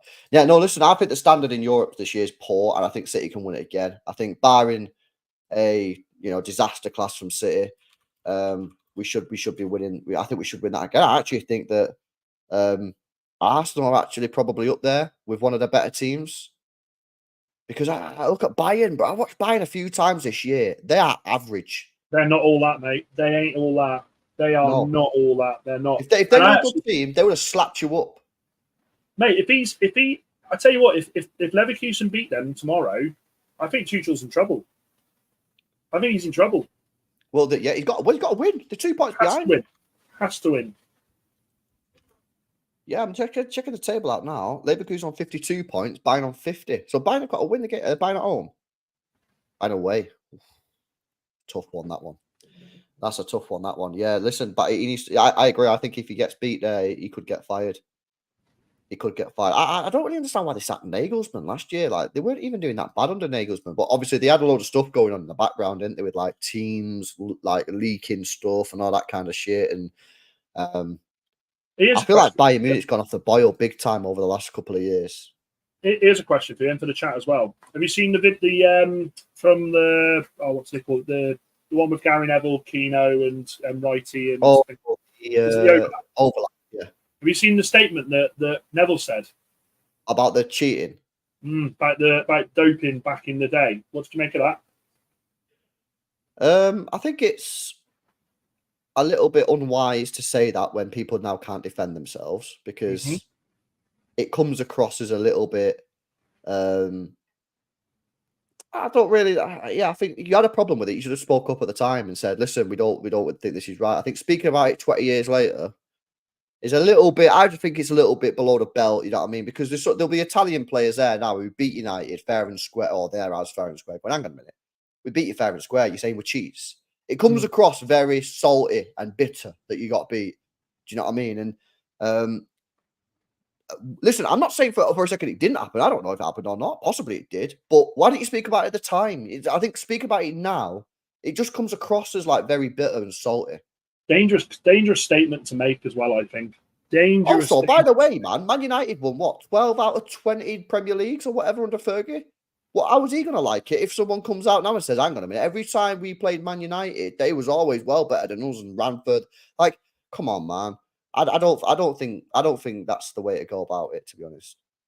Wow, what's your take? You agree or you have a different opinion? No, I agree.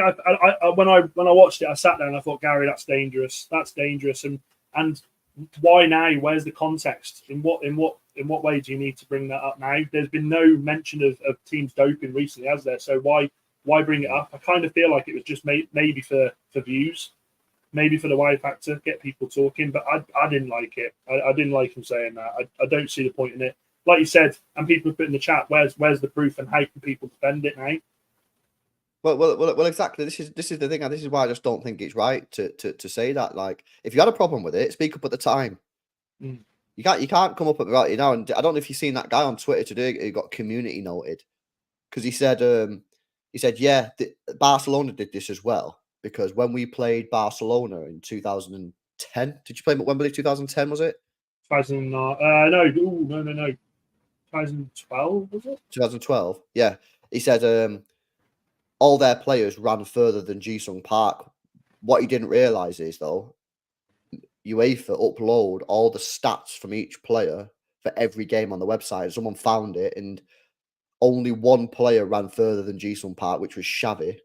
United in that game ran lowest out of any match they played that season in the Champions League. So he got community noise. I just think it's I just think it was a danger. I didn't actually watch the video. I just seen the clip. Did you watch the actual video? I was at work. I'll be honest with you. I was skiving at work and hiding in the box and just had a flick through and read it. And I was like, I don't know if maybe someone in the chat and maybe has watched the full video. Like, how did that even come up then? How did that even come up? Like, it's just dangerous. It's just dangerous coming out with statements like that. And as you say, it can come across so fucking salty. Yeah, well, that's what I mean. I think I just. And let's not forget, United had a decent when Gary Neville was playing. We had a decent record against Italian sides. We had a decent record against Italian sides, so I don't understand where it come from. Yeah, no, I don't know. Listen, and again, Carnival. I'm not saying, like I just said, bro. I'm not saying that they weren't doping. Maybe they were. I just think to come at it 20 years later, yeah, maybe even longer than that. I just think that's I don't think that's right. Because now players like can't defend themselves. You know, if a player comes out now and says, no, he weren't. I just think if you have a problem with something, if you think someone's cheating in a sport, you should call it out. Do you know what I mean? And then it gets proved, and then they'll get they'll get and yeah, Italian teams were also very good, man. Back in the day, they were very good teams. So yeah, this is for me. I don't think he should have said it. But listen, I've watched that podcast a few times, and there are half chats and waffle on there. Yeah. I watched it on a couple of weeks ago. He said the Premier League was dying. I said, what are you on about? The Premier League is dying, mate. We've got 3 teams in a title race in February. Yeah. Obviously, everyone thinks City are going to win it, but 3 teams are in the title race. You've got Aston Villa in 4th. You've got 3 teams in the top 4 race: Villa, Spurs, United. You've got teams like Brighton pushing for Europe again. You know, we've got Chelsea who spent £1 billion in the second half of the table, which is hilarious. And then you've got obviously added entertainment because you got Everton with the points ban. That's made it slightly more interesting. But you know, the relegation zone, I guess, is a bit dead. But how you say it's bang? I think the Premier League's great at the moment. I don't get it. I agree. I think. Do you think? Obviously, you got Everton and Forest now that have got these charges hanging over them. Do you think this will happen this season? The points deduction, or do you think they'll wait? Well, apparently this going to happen this year. Yeah. Oh, okay. I tell you what, I feel for Dyche because I love Dyche. I absolutely love him. I like Dyche. I think he's a manager. Yeah. And I think what he's done at Everton in his time there has been brilliant. I really do. You know, I'm not saying I like Everton, but I watched what he's done there, and I think that would be the biggest kick in the teeth, wouldn't it? You know, they had the 10-point deduction, got out the relegation zone again.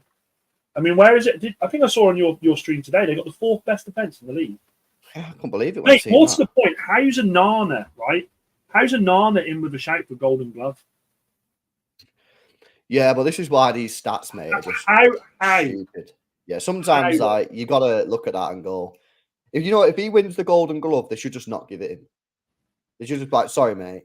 Yeah, we're gonna have to change the rules here because you can't be getting the Golden Glove, mate. We're stuck with him. He ain't going anywhere next season. We're stuck with him. I think they'll give him some more time. I think they'll give him another year. But if he doesn't perform next season, what I do this summer, I buy a proper mint backup.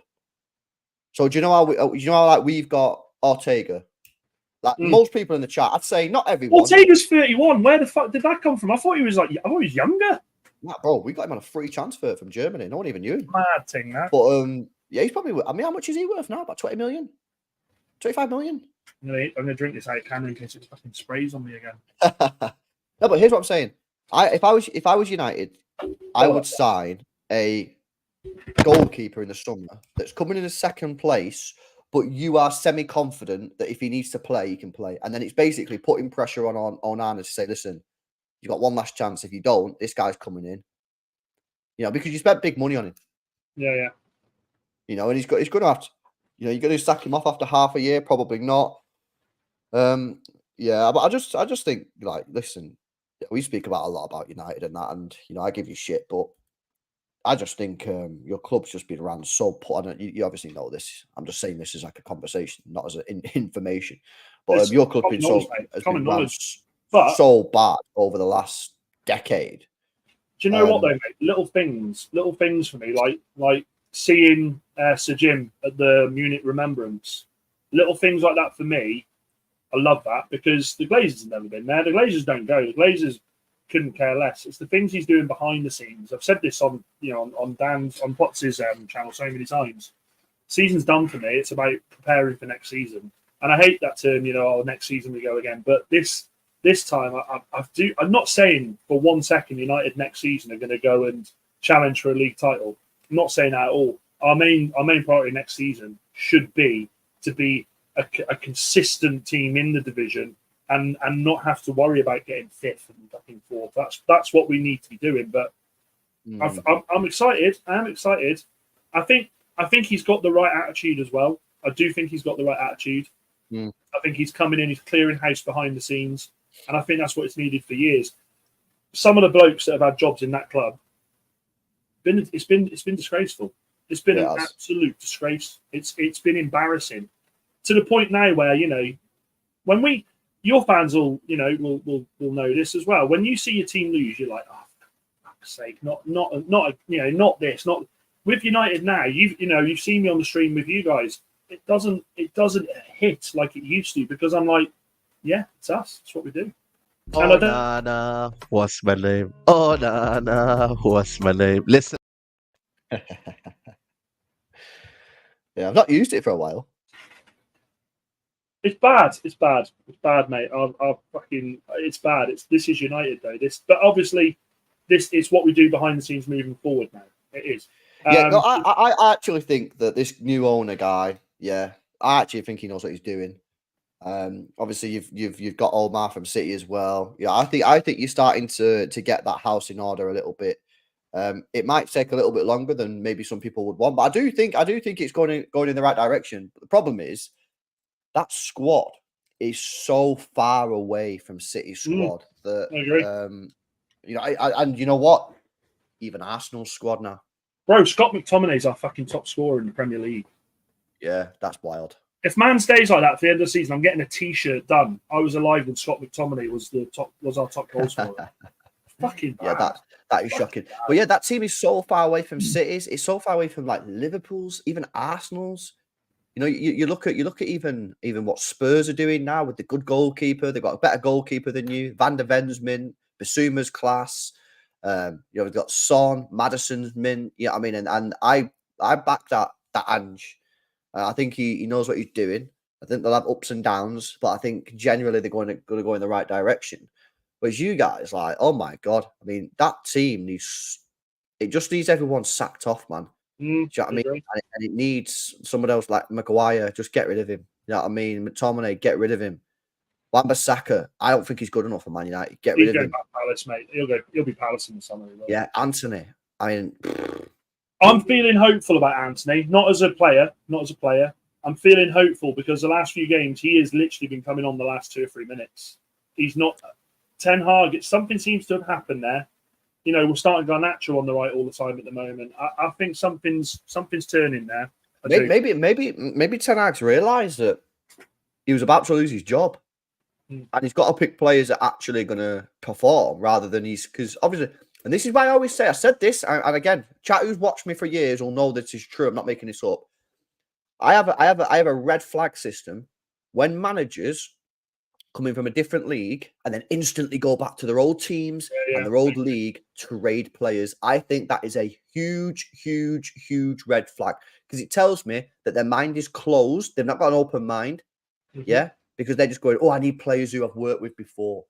Yeah, because I need this. I trust them. Yeah, exactly. No, what you should be doing is you should be going to Man United and saying, "Oh, it would be nice to bring in Anthony, but he's not good enough."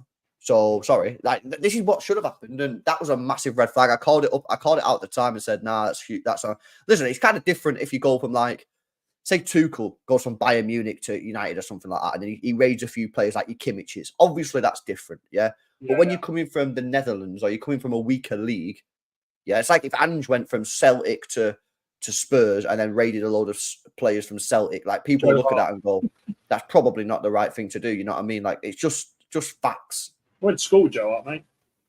You did. Oh, he's from Shrewsbury, isn't he? We got him from Shrewsbury. Went to school, mate. He played in the school team, and he never played in goal. He was never allowed to play in goal because Shrewsbury. He was on the books of Shrewsbury. By then they said you can't play in goal. No way. True story. True story. What a lad! No, I know he's from Shrewsbury. Yeah, we bought him from Shrewsbury. What a lad! Really, honestly, lovely lad. Yeah.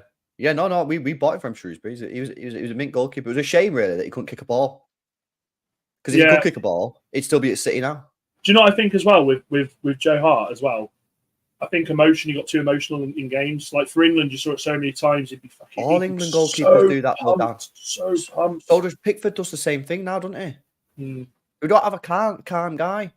And we still don't have a goalkeeper, in my opinion, that's good on the ball. People try to tell me Pickford's good on the ball. I'm like, well, sorry, we're in different. We're shopping at different shops here. You know what I mean? I'm shopping at Waitrose, man. M&S with my goalkeepers on the ball. You know what I mean? You think Pickford's good on the ball? Okay, fair. He might be good on the ball for you, yeah. But compared to the top ballers, yeah, the Edisons, even your lad Onana, Manuel Neuer's, he's not in the same shot, mate. You know what I mean? So I think we're really, because at the moment I'm looking at this England squad, and annoyingly, and I say annoyingly, explain that in a minute. The squad is very good. And now you're getting Kobe Minu coming through, who I think could be, not now, but like in a few years' time, could be really pivotal for England in that midfield position. We still need another centre back to complement John Stones, because I don't think Harry Maguire is good enough. But right back, I mean, we're blessed with talent. Right back, left back, we could do with some new blood coming through, but we're still doing all right. You still got your Shaws, your Chilwells, everywhere else on the pitch. Your forward line is. Don't rate Chilwell. No, but he's not ass though, is he? Who would you? You might not think. Would you take him to the Euros this season? Like, I've not done a squad, so I don't know if I'd fit him in, but I'd take him. Yeah, in a squad I would. But obviously, like if I do a 25-man squad and then I've not got room, then maybe I wouldn't take him. I don't know, but I would take him. I would take him and Luke Shaw as my left backs. But the point is, Dan, like, he's not shit, is he? No, I don't think he's as good as Chelsea fans make. Mind saying that Chelsea fans have started turning on him now as well, haven't they? Yeah. I don't think he's anywhere near. I don't think he's anywhere near sure. I probably would agree with that. But the point I'm making is we're okay in that area of the pitch. The only positions that I think we need to work on now is goalkeeper. We need a goalkeeper that can properly play out from the back. I'm talking elite level playing out from the back, not like average level. And then a new centre half who can complement John Stones. Maybe Mark Wade's that guy, I don't know. If he takes us to the final, do you think Southgate deserves another contract? If he takes us to the final, so don't win. No. Yeah. I'm so glad you said that, mate. I'm so with you on that. I can't stand him. I'd sack him now, mate. I can't stand him. I agree. I can't stand him. I mean, what was it he said about Foden? Foden? They absolutely did, I proper lost it when he said that. He went, he basically said, I can't play Foden in the midfield because Pep doesn't play him in the midfield. And I was like, what are you waffling about, mate? Mate, Arsenal Liverpool played the weekend. He goes and watches Henderson for Ajax. Yeah, Henderson, by the way, is going to be in the Euros. And there's no doubt in my mind. Yeah. You don't go there to check how he's getting on, do you? And not take him to the. Listen, if he's in the squad, I'm not that fussed about it because we're a bit weak. But if he starts, it's just not on for me. You know what I mean? There's many better players that he could play in that position. Who's just starting midfield three? If it was me, I'd just full send it and do. Well, what I'd do is I'd do what Pep does. So I'd play John Stones at centre half, but push him into midfield when we've got the ball. But don't let John Stones go as far forward as he does with City, and have John Stones, Rice, Bellingham, Foden. That's what I'd do. Yeah, I agree. I agree. But he won't, will he? He'll play two CDMs. Yeah, he'll play two CDMs. But listen, again, I have this conversation all the time with Southgate, and I get why people say, "Oh, listen, he's got us to all these finals and that." He has, and I'll give him that. And you can only beat who you face. But if you also look at who he's played against, he's been very fortunate with the draws. So again, look at Capello when he was at England. Now, I'm not saying I like Capello. I'm not saying he did a good job, but he got us out the group. Maybe slightly fortunate, but he got us out the group, and then he got Germany in the prime. We got beat. Yeah. If you look at Southgate's, I think he's only won one game that I'd credit him with like a big win. Yeah. The rest of them are all like, well, you should be beating Senegal. You should be beating fucking this team and that team. Do you know what I mean? So like, but again, you can only beat what you can beat. It's the same with Ten Hag last year. I think Ten Hag was overrated last year because if you look at your Carabao Cup run, the only difficult game you had was the final against Newcastle, which were actually the second best team on the pitch. Yeah. If you look at the league, Liverpool fell off, and maybe if they didn't fall off, maybe you would have. But again, you can only win. You can only beat who's in front of you. So there's only so much that you can hold that against them. It's not Southgate's fault they didn't get drawn against prime France in the last 16, is it? Yeah. 2010 World Cup was a horrible one for me. I got beat up by Base Hunter that tournament. You got beat up by what? Base Hunter? Yeah, seriously, in Magaluf. Oh wait, you actually being serious? Yeah. Right, let me do the super chat and then you can explain. Big up to Sign Silver says we need to free Kobe Mainu before they ruin him. Hey, listen, someone asked me, yeah. He's the only player at Man United I would take at Manchester City. And I would take him 100%. But he's the only player at Man United right now I'd take. I think he's mint. It's a shame that Man United give him a new contract because it would be great if he come to City, be understudy to Rodri and that. But yeah, hopefully United don't ruin him for He's an England incredible, point of view. I'm so scared for him. I am, because I'm scared that we'll overplay him, and I'm scared that we'll burn him out. And I'm also worried that Southgate will take him to the Euros and start him and put all the pressure on him. I really am. I'm terrified of that. Nah, the pressure won't be on him though. Like if he starts, I don't think the pressure's on him if he starts for England. I just think that tells us how bad our midfield is at England. That we have to play an 18-year-old, 19-year-old who's played, 10 games for United? This is what England do, though, mate. Every tournament, when a young player breaks out, they go. We do it every time. Yeah. But the problem is our midfield needs someone like that who can keep the ball. But like I said, I wouldn't start him personally. I'd take him. I wouldn't start him. But I'd certainly take him. And apparently as well, Ghana is sniffing around him. So from a selfish point of view, you kind of need to play him in a competitive match to sort of lock him off. I can't see him going to Ghana. I don't know. I can't start. Anyway, explain this. Forever ever wanted to see you smiling. Go on. That was based on it, wasn't it? That was based on it, yeah. Yeah. So Well, he sounded so disappointed there. I hate him, mate. Honestly, I hate him. I'll get my revenge. Basically, 2010, England had just played. Was it Algeria that we drew 0-0? I think it was Algeria 0-0. We'd had tickets sold to us in Magaluf on the strip. Oh, come to this! It's in England. It's going to be massive screen, England fans only. Great night. Yep, sound. Got there. It was full of Welsh fans, Scottish fans, Irish fans, and they absolutely destroyed us because we were awful. They were throwing drinks over us. They were just destroying us. I was fuming all night, by the way. Anyway, I was with a group of lads, and we've met another group of lads. So my one thing was, Base Hunter's on tonight. I don't mind Base Hunter. He's decent. So went to the Banana Bar or something like that in Magaluf. Fucking got in there. Waiting for Base Hunter. The drinks are flowing.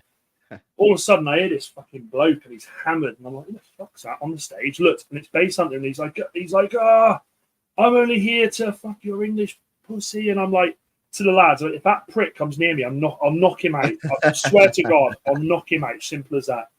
So he does his set. Anyway, he's never coming near me. In what world does he come near us in the crowd? Anyway, it finishes. I watch him. He's walking through the crowd, getting the high fives and all that fucking bollocks. He's getting closer and closer, and I'm thinking, the lads haven't spotted him yet, so I'm just going to turn and just try and keep the chat away. One of them goes, "Fucking hell, Space Hunter, you can have him. He's like, "Yeah, of course he will, yeah." They called you out. So I'm thinking, right, all I'll do, I'll just hurl some abuse at him, get knocked over by the doorman. I'm a hero. He goes out, happy night, done. He gets within sort of 5 yards from me, and as he's getting closer, Base Hunter's a big guy, by the way. Base Hunter's he's a fucking Swede. He's a big guy.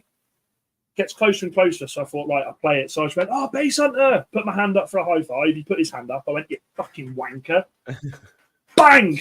Bang! Bang! He's got me. He's hitting me and hitting me and hitting me. I'm holding the doorman. I'm like trying to get off him.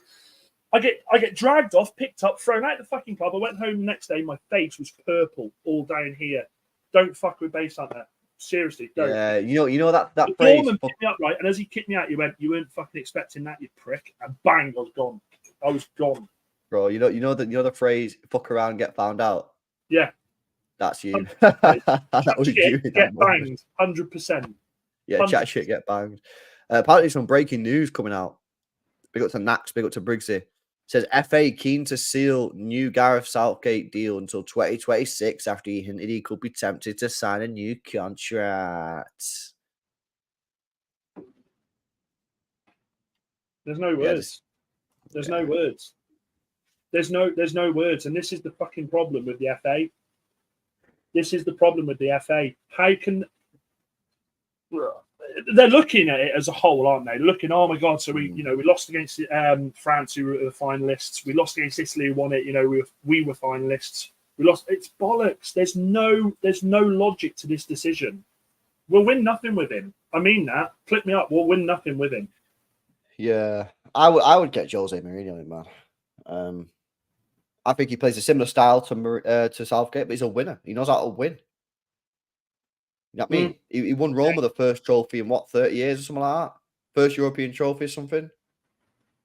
You know, and I meant there's 2 more years with no trophies. Congratulations, France, for their Euro and World Cup. Do you know what I mean? It's just like it's so dull, man.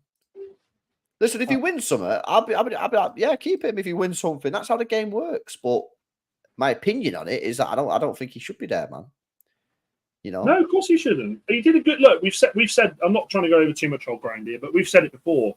You know, when he come in, he did a great job of uniting the nation, getting the nation back behind the boys. Brilliant, Yeah, he did.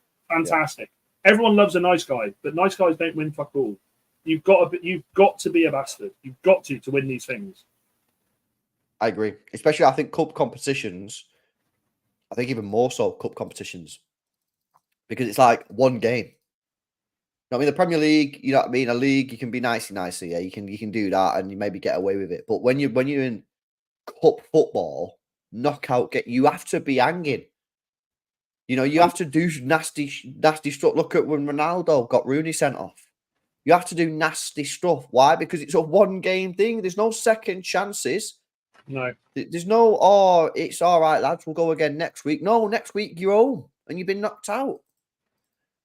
You know, and I think you need winners. You need people leading that squad, leading the team who've won stuff. And as we've mentioned many, many times, they've not won stuff. People are mentioning something about Jack Grealish. Something's happened in a press conference. Pep Guardiola was speaking about Jack Grealish. Let me get this on screen. A lot of people are tweeting this. It's probably going to be trending by the end of the night. Yeah, take a look at this, guys. He's doing steps to get back to his best and now competing with the players playing a high level. This is the only reason why he has to demand from himself to come back to what he was. I'm looking forward to giving him minutes. And then he said, this season was not like last season, but he's getting better. This season he's trying to get better lately, and that's what we're looking for. What I want from Jack Grealish himself, always I'm pleased with my players, Jack as well. It's not a big problem, completely opposite. He's making steps to get back to his best. We need him, everyone, and we need Jack. I'm looking forward to giving him minutes. I don't know. Did you hear about that? Yeah, I think it's something out of nothing, mate. I do. The player's always going to be pissed off they're not playing. Yeah, absolutely. I agree. That's just the press trying to do their best to try and make something. It's shit tactics. Yeah, no, I agree. Listen, it's an interesting one. What's your thoughts on it? Because obviously you're neutral. Obviously United fan, but like you're not a City fan. What's your take on the Doku versus Grealish thing? Because it gets City fans.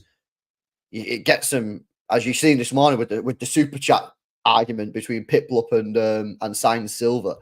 It gets fans very, very, very emotional about it and very involved, and people want to have their say. Like from a non-City point of view, what's your views on the whole Doku versus Grealish? They're two different players, aren't they? They're two complete different players. I've seen a lot of people, and people putting in the chat here, and this is what I was going to ask you. Do you think that obviously what happened with him at Christmas, the robbery, do you think that's affected him and his game? I love Jack Grealish. Obviously, you know, I love him as a character. I think he's fantastic. I think he's a really good footballer. But for me as well, though, I kind of look at Jack Grealish. Everyone sees Jack Grealish as being like 24, 25. He's not. He's like 29 now, is he? 28, 29? He is. I'll tell you now. 28. 28. I just look at the end of the day. His injuries haven't helped him at the start of the season. I think the ability he's got, he does things that are so different to players in his position. Why not just enjoy having both of them? Do you know what I mean? What I'd do to have two players battling like that for United. Yeah, I agree, man. I agree. I agree. Like, listen, I like both of them, man, and I think they're both come in useful, different type of games. Like, for example, you play Real Madrid at the Bernabeu, bro. You think I'm playing Doku? Nah, no chance. I'm playing Grealish every single time. But like, for example, tomorrow you're playing Everton at home against the fourth best defense in the league. I'd probably go Doku because I need someone to break down players. I need someone to create and score, and that's probably going to be Doku. But yeah, that's probably it's a big talking point. A lot of City fans like to have their say on it, and obviously I understand it. There's not many debates that we can have because No, our team's mint. just enjoy having two players that are actually quality players in your side battling for a position like that. Simple as that. Yeah. And just feel. Did you see my? You have got fucking Anthony and fucking Palestri battling on the right. Jesus Christ. No, I know. Are you subscribed to more LB, bro? Never look. I think so. This is shocking from you if you're not. 2 seconds.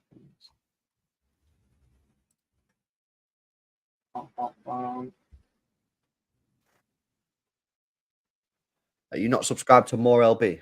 I'm looking. Hang on. I had to open up YouTube. More LB. Curry video. Hey, yeah, I am subscribed. Am I? Yeah, I am. So have you've not watched my Curry video? No, I've not, mate. Shocking. Well, the other day I did a video. I made a Vindaloo curry, yeah? And then, guys, check this out today. Kevin De Bruyne asked what his favourite post-match meal is. Listen to this, what he says. Chicken curry vindaloo. Fucking chicken curry Vindaloo! Bro! Mate, he's a fan. He's been watching the More LB content. I told the chat, yeah, rumour going around that More LB is better than its LB. Kevin De Bruyne watches the second channel. He might not watch this channel. Yeah, so we can slag him off. Nah, obviously we're not going to slag him off. Do you think players watch these channels? I don't think, I know they do. Because when I was at City Extra, I know for a fact they do. Really? Yeah, I know for a fact they watch our videos. I know for a fact they do. What were your thoughts on? I know this name's going to be fucking boo-hissed in this chat, but what do you think of Goldbridge getting Hoyland on the United stand? Do you think that was a massive thing for fan channels, or? I don't like it. Can I explain why? Go for it. Fan channels. I'm talking about like the when I talk about fan channels, by the way, I'm speaking about AFTV. Yeah. United. I'm talking about these type. I'm not talking about Saeed. I'm not talking about like individual, like my channels and stuff. Fan channels, in my opinion, are there to represent fan views of the football club, and I think it's imperative that they remain independent. Because I have to question, right? And he will defend himself. Of course he will. He'll defend the company. But here's the thing. How do we know, like, what they're saying is censored because the club will say you're not allowed to slag all these people off? Because if a fan channel is partnered with the club, sure, I don't know for a fact. Yeah, so I'm just putting this out as an opinion. Surely they're not going to be able to sit there on their fan channel, yeah, while they partnered with the football club and start slagging off everyone.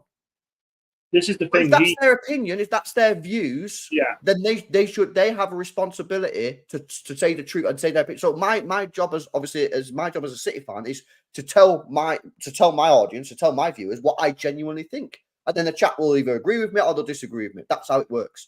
But if I'm tied to the football club, surely the club is going to say, yeah, we'll get you in. You can have all these interviews. It'd be great for you, but you can't slag us off because obviously you're working with us now. Which obviously as a club you would do. Are we getting the legitimate opinion of those people on the channels? Are we getting a censored version because they can't say what they truly think? Because if they do, they'll lose that access. This is why I believe, just my opinion. Again, you can all have your own opinions. It's fine. My opinions is that fan channels shouldn't partner with clubs because if they do that, how do we know if what they're saying is legit or if they're saying what they think they should say? Because do you get what I'm saying? I don't know if I've explained that in a good way, but like I agree. I think it's a tough one as well because I think it can cause a rift here because Mark Goldbridge is very vocal about Scott McTominay, hates him, absolutely hates him. So how can you go from having a view about McTominay, about players at the club that he openly destroys, and have Hoyland on there, that can cause a rift between Hoyland and players within the squad. What the fuck are you doing on his channel? You know what I mean? He absolutely destroys me week in, week out. What are you doing? There's obviously the backstory between it, isn't there? Because I think he was DMing Hoyland before United signed him, wasn't he? Possibly. Who knows? Yeah, I don't know. that come out before that he was DMing him. I don't know. I think, like you said, and I think top of the league has completely got it right there. It is a coup for a fan, you know, for them in their eyes. But also, how can he be critical about him anymore?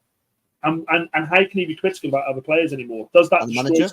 Yeah, and the manager, of course. Yeah. Because listen, if I was like the CEO of a football club, yeah, and especially a big football club that has a big fan channel that is very, very, very influential. So, you know, United Stand, AFTV, you know, all these fan channels that have all these viewers, they have like hundreds of thousands of viewers. Yeah. They can influence a whole fan base, right? If I was a CEO of a football club, I'm partnering with that fan channel. I'm saying, right, I'll even pay him some money because the club has got so many millions. We'll send you 20 grand a month. Yeah. We'll give you access to all the players for interviews. But we don't want you to slag. Now, obviously, you've got to be negative sometimes if you lose, but we don't want you to be slagging players and too much and obviously you can't make it obvious and slag the manager off or not. We want you to support the club. You know, and I'm not saying this is happening. I'm just saying, like, at what point? I just don't like it. That's just my opinion. I don't like it. There's already been changes with it, mate, because he's like when it came out that United were looking to sell Varane. When that first came out, he was fuming. He was saying it's a disgrace. Look at the players we've got now. His recent videos, just kind of, well, I can see what they're doing. You know, the money he's on, he needs to take a lower contract. It's like, it just feels to me like, because, you know, I don't know if you know, United stand getting on the press conferences as well now. I think it's the European games. They get in the press conferences. They get so again, this is what I'm saying. They get all this access, and it's not just them; it's other channels as well. Get all this access, and all the people at the club have to do is say, "Don't be slagging this guy off. Don't be doing it. Don't be negative, because if you do, all this access goes." So this is why I just personally don't. And people talk about Big Steve. The difference is he's not a fan channel. I'm talking here about fan channel. Now, ideally, you know, and also Big Steve doesn't really do that much YouTube content. You know, he's not live every day. Do you know what I mean? It's not like me where I do like daily live streams with you. You know what I mean? He does a couple videos a week. Do you know what I mean? And Big Steve's a real one. I'm talking about fan channels that can influence masses. Yeah, that's the difference. Just to clarify. Big up to JTI says, "Now you always have to hold your club accountable and maintain the same standards across the board." This is what I'm saying, JTI. But if you're tied to the club and you have, or you're partnered with the club or whatever, you get access. You might think twice. You might, and it could even happen to me. Say I get start working, yeah, and obviously I'm doing daily stuff with YouTube streams, and then the club say, "Oh, LB, come and do all this stuff with us, and you can interview the players, and you can put them on your channel, you can do all this. It'd be great." And City drop a stinker. I might, who knows? I don't know because it's not happened. I might sit there and say, "Don't really want to." He had a terrible game today. Manager got his tactics completely wrong. I might sit here and go, "I don't really want to say anything too bad because they might revoke my access." That's basically the point that I'm making. But obviously, it's great for them because they get all this access, and it's great for the United stand that they get access to Hoyland and they can interview him. And I didn't watch it, but I seen that they had like 10, 13,000 people watching the Premier. And it's great for them. But at what cost does it come to the viewer? Is the viewer getting honest opinion? Yeah, I agree. And that's what it's about. Do you know what I mean? Because, you know, I think the chat, and I think being a smaller channel myself, I have more of a closer relationship to my viewers because I only have 220 people watching, not 10,000. So I know most people in the chat. You know, beyond belief say 9 men. I know 9 men's Algerian. Briggs is always supporting. You know what I mean? Az is always there. JT I know is Canadian. You know, Brett's Australian. You know, all these people in the chat, Georgia, all these people, because I know. Sorry, mate. It's just the whole, you're like, so-and-so's here. Carnival's not even a City fan. You know what I mean? I know a lot of these people because they come in the stream every day and we talk to each other, and slowly but surely, I find out a little bit of information over the years. Whereas if you've got a channel that's massive, that has 10,000 people watching, so basically the point I'm making is, I think the chat would know. I think my viewers would know if I change. Yeah. And because they know me. Whereas if I have an audience of 10,000 people, I don't have that close connection, and will they notice a change? I don't know, man. It was just interesting. I thought it was just like kind of, I mean, because we've seen it as well, haven't we, with like Gary Neville, Carragher with Ronaldo. The second that they turned around and said, "Oh, he's not, he's not doing it right," bang, completely cut connection. And I just kind of feel like you're living dangerously doing this, because, as you say, are you going against what you've been famed for doing? Because let's be honest, that's what he's been famed for doing, coming on the screen, shouting out, screaming out players.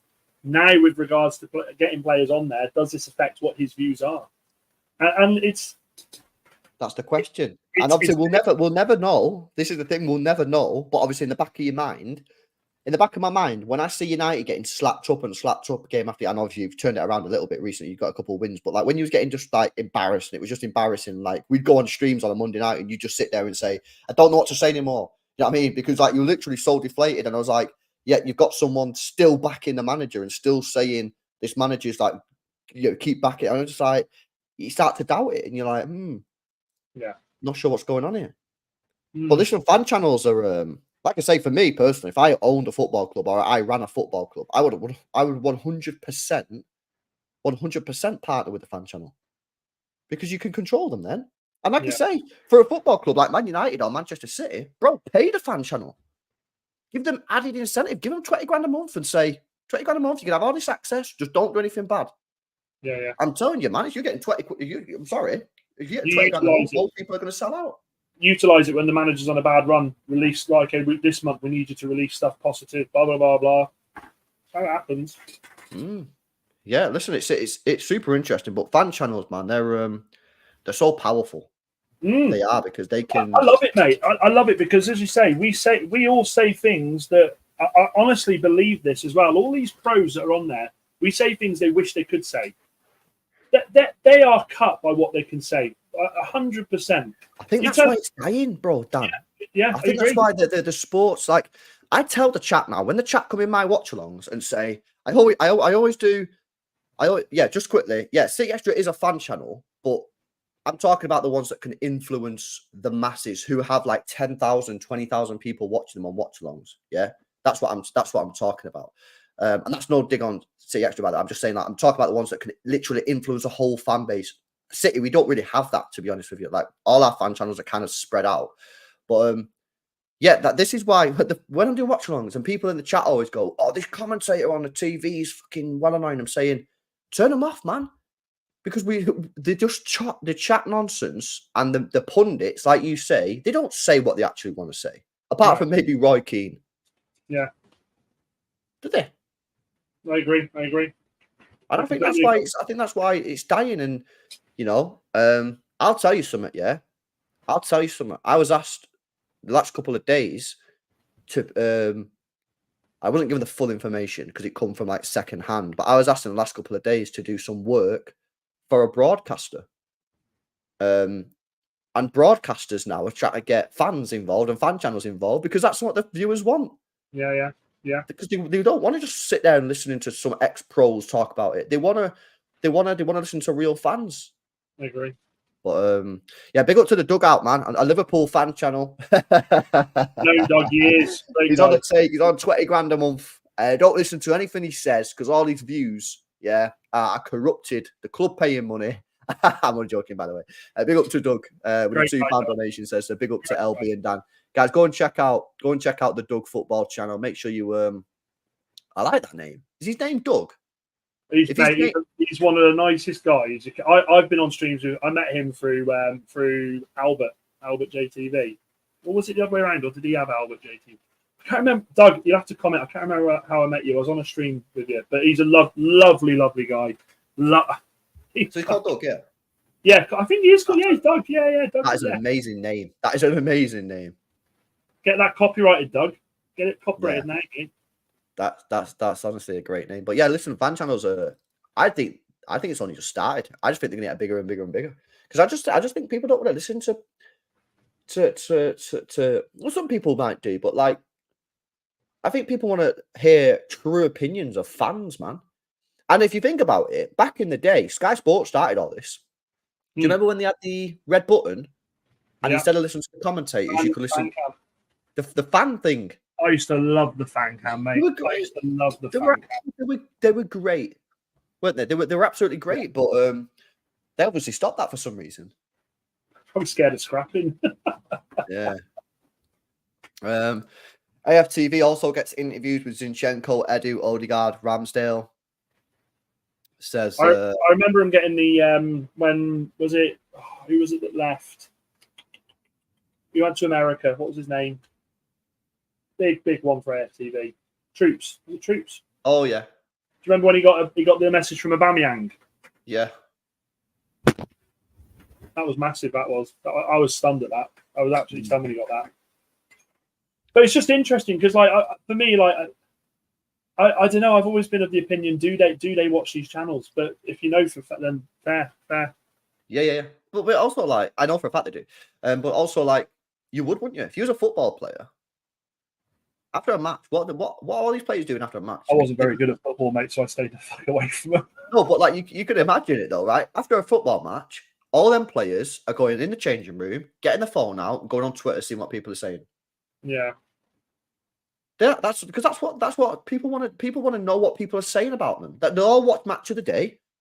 They'll all want to see what they're saying You watch about Match of them. the Day? What? You watch Match of the Day?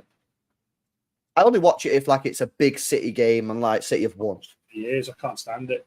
But I'll only watch the City bit, and I'll only watch it if it's like City United, City Liverpool, and we've won. I won't watch like the Burnley game or the Brentford. I don't watch it for that. Because again, I'm not that interested about what they've got to say. Why do I care about what Danny Mills or Danny Murphy has to say about Jermaine Jennings, mate. I cannot stand Jermaine Jennings. That guy is the worst pundit. Him and Andy Townsend, worst pundits ever to exist. Can't stand them. But this is what I'm saying. Like, people don't really care that much about what these players say. Now, listen. One thing that I would say is if they had better pundits on, and I know we're going into the world of punditry here, but I'm being genuinely serious. If they had like ballers on, so if they had like, I don't know, some of the best players that we've seen in the Premier League. So when you had like Thierry Henry, maybe they had like the Vidiches, the Companies, the Van der Sars. And when they were speaking, you were like, yo, they're giving us some mad tactical insight here. But when they've got just like I say, like the Danny Mills and Danny Murphys of this world, no one wants to know what these guys are. Why do people want to sit there at 11 o'clock at night listening to what these people have to say? People don't want to listen to that. I agree. So, listen, I'm going to swerve away from that because I don't want to go down the dangerous road, of punditry. But that's the situation. That's the situation, man. Like, people don't want to listen to it, and I think it's only going to get worse. And this is why a lot of companies, Sky and all these companies, are working with more and more fans, not just fan channels, fans, just like general fans as well, because that's what fans want to. Fans either want to listen to people who know what they're talking about, proper tactical insight, or they want to listen to raw emotion, which is fans. I always say when you go to a pub, you never go there to listen to the commentary. You go there to talk to your mates about football, don't you? Simple as that. And I think that's the way it should be.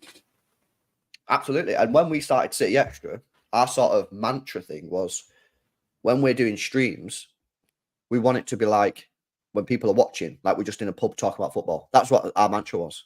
And we said, we just want to be talking about, we're not going to sit here and pretend that we know what we're talking about. I'm not going to be sitting here pretending like I know it all and I've got the best tactics in the world. Yeah. And also, I want a bit of banter with the chat. If I say something stupid, cook me. Because that's what would happen with your mates. Do you know what I mean? So and obviously that's why it's working out so well. LB, that's the NFL has moved towards with superstars in broadcasts. The problem is, obviously, it costs more money because they're going to have to pay more money to get the better people in. But what's your take on the 3 p.m. kickoffs? That's another thing that splits fans, isn't it? Like, do you think 3 p.m. kickoffs should be on TV? Yeah, 100%. Yeah, me too. 100%, mate. What do you think about it'll kill the English pyramid? Do you agree with that? Or? Not a chance. Not a chance, mate. Look, every other country in the world gets 3 o'clock kickoffs, but we don't. Simple as that. We need to be able to watch these 3 o'clock kickoffs. The only way you can watch the 3 o'clock kickoffs are the obvious way. I won't say it on stream. Don't want to get bloody hunted down, but that's the only way you can watch them. Simple as that. Imagine that. Like someone's put there, 3 p.m. kickoffs should be allowed to be showed at pubs. Imagine that. What a day of football that would be. 12 o'clock kickoff. Oh, 12:30 kickoff, then the 3 p.m., then the 5:30 kickoff, and then at 8 o'clock if you're lucky. You know what I've always said, right? And I know some people hate this. There's 10 games a week, isn't there? Because there's 20 teams, so there's 10 games a week. Should be 1 game on a Friday, 4 on a Saturday, 4 on a Sunday, 1 on a Monday. Bro, and every game should be on in the pubs. The pubs would be rammed, man. 100%. And the pubs need support because some pubs are struggling, you know. 100%. Well, I don't think that's going to happen because they're just going to. Well, no, because the clubs don't get the money. The clubs don't get the money. What's that? But he says ship has sailed as people watching them. But this is the thing. Everyone's watching 3 p.m.s now online illegally through whatever method, right? Everyone's doing it anyway, so you might as well just do it properly, and people will pay. I'd pay to be like legit. You know what I mean? If I'm on Twitter saying any links for the for the game. Yeah, that's what it's that. Do you know what I mean? And the thing is, clubs are missing the trick. Imagine if clubs said, "Right, we're going to do it on our own channel. We'll show all free." They would make a fortune. They'd make an absolute fortune, but they won't do it. Yeah, no, absolutely.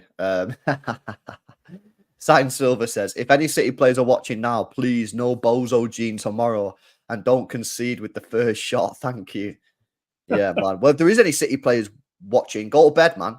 It's 11:10. Yeah, you got a match tomorrow, so please go to sleep. But yeah, also no Bozo Gene. Big up to Satin Silver. Big up to Dugout who says, Dan, I loved your old channel. That's where I met you. And then we did a stream on Albert JTV. I missed the streams we used to do, but always welcome LB2, says the Dugout.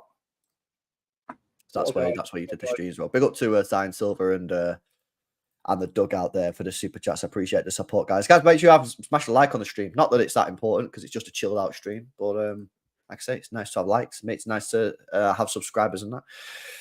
But yeah, listen, I agree. I don't think it'd affect the pyramid that much. And not a chance. You could charge more for having all the games and then just funnel a little bit down to the lower leagues. That's what they try to do at the moment anyway. They try to get the Premier League to agree a deal to send some money down the lower leagues. Well, if you have every game on TV, you'll get more money, and then you can send more money down the lower leagues. Yeah, I agree. It just annoys me. Just annoys me that you can watch, like whenever I go on holiday, the 3 o'clock kickoffs, they're on. So sign and go watch this at the pub now. You know what's mad though? Ireland don't even have to. Well, they have 3 p.m. a week. They don't have all the games. They're not allowed them. They're not even part of the UK, yeah, but they're not allowed all the games. I don't fully understand why, because they're not in the UK. They're a separate country. But like, if you go to Spain or you go to France, yeah, you can watch every Premier League game. But in Ireland, even though there's a literal sea or like a river, whatever you're going to call it, in between, they're not allowed all the games. They get one. I believe they get 3 p.m. a week, but they don't get the rest. That's mental. Oh, they do get them all, says Del. Oh, I didn't. I got told that they didn't get them all. Oh, I stand corrected. But I got told they didn't get them all. I got told they got one. But Del in the chat says they get them all. I said to you, right, LB, you know, it's going to cost you £50 a month for the 3 p.m. kickoffs. Would you do it? 100%. Yeah. Wouldn't even be debate in my mind. 50 quid for all the 3 p.m. kickoffs, mate. Yeah, 100%. Is that on top of my normal subscription as well? On top, yeah, on top. Yeah, no problem. I'd still pay it. 50 quid. 100%, man. We did get some 3 p.m. kickoffs, didn't we? Was that in COVID? Yeah, in COVID we did. Yeah, I think so. A couple, didn't we? And I loved that. I didn't see my team play, but I loved it. 3 p.m. Same. Give me that. Yeah, I'm sure we got some extra games in COVID because obviously people couldn't go, so it was like, well, you're going to have to. Yeah. But yeah, future is Premier League streaming all games. So here's the problem with the Premier League. I like the idea. So a Premier League Netflix, every game streamed. Maybe they can put their own content on. The problem is they wouldn't get guaranteed revenue. No. That's a problem because right now the Premier League, all they have to do, they go to Sky, they go to all these companies and say, right, this is the package, 3-year deal. These are the games. Bid for it. They all bid for it. Boom, gets paid. Might get paid all in one. It might get paid in installments. They're getting guaranteed money. What you're effectively doing there, Brie, is asking them to cancel the guaranteed money, invest money into their own system, which then they have to maintain. Yeah. If Sky goes down, it's got nothing to do with the Premier League, nothing to do with them. They have to then maintain it. And then what about if no one signs up? What about if everyone just goes, oh, we'll just watch it on Dodgy Stick? And then they're only getting £200 million a year. They've lost all that money. That's why they'll never do it. I think in principle, it's a great idea. It's a great idea in principle, but they won't ever do it because they'll lose guaranteed money. Imagine having that though, LB. Imagine having a Netflix like that, a Netflix for football. Every league on there, bang. That's That's the dream, isn't it? That's the fucking dream, that is. Yeah. Algeria have all the Premier League games, all the Liga games, Liga and Bayern, top 4 games with BN Sport. Okay, see what I mean? That frustrates me. I'm jealous. Yeah, it's like when they go on holiday, mate. BN Sports, they have them all. Yeah, all live, different languages. Yes, everyone can listen to it, no problemo. Arabic, Spanish, English, whatever, French, whatever. They got all the languages, and they probably pay like 50 quid a month max. And then you got like the US, obviously get them all. You know what I mean? Peacock and that. But it's just it's one of them. Like I don't know what they're gonna do. You know what I mean? Like if they're ever gonna change it, I doubt they will because there seems to be like a political pressure on them not doing the 3 p.m. kickoffs. But I don't know. I can't wait for the World Cup in America. There's going to be some late games there, mate. Oh, America, yeah. I'm just gonna go get another Coke, bro. Speak to the chat in it. Speak to this guy. I can watch all 10 of the Prem games in Greece, the same broadcaster as I do. Do you know what I mean? Do you know what I mean? Guys, let me know in the comments what is the price you pay for fully legal, all 3 o'clock kickoffs. If I'm saying to you now, what is your price? What is the highest you will pay? I'd pay 100 quid easily. I'd pay 100 quid. I wouldn't tell the wife, because she's downstairs, she hasn't got a fucking clue. But I would pay 100 quid easily. I think so much more. I think there's so much more that can be gained from seeing these 3 o'clock kickoffs. What's he saying here? Legal, we don't do that. Peacock cheap, but not all games are shown live. Name 90%. I don't get it. I just don't get it. I don't understand. I don't understand why we can't have 3 o'clock kickoffs. It's not going to affect match day revenue. It's not going to affect people. People are still going to go to these fucking games. A month, £100 a month. There we go. What's wrong with that? What is wrong with that? Guys, also, if you have not done it already, LB puts so much good content out, and I hate saying that, I'm a United fan, but he puts great content out. Make sure you are smashing the likes on there, okay? Make sure you're smashing, and make sure that you are sharing the shit out of this. Share the absolute shit out of it. JTI, Marshy Boy says 50 quid. 50 quid's as high as you go, you cheap bastard. Leon Sale, VPNs are your best mate. I can't confirm or deny on that. I get in trouble. Where are we here? Name $50 for BN Sport. I pay £10 for Peacock. That's ridiculous.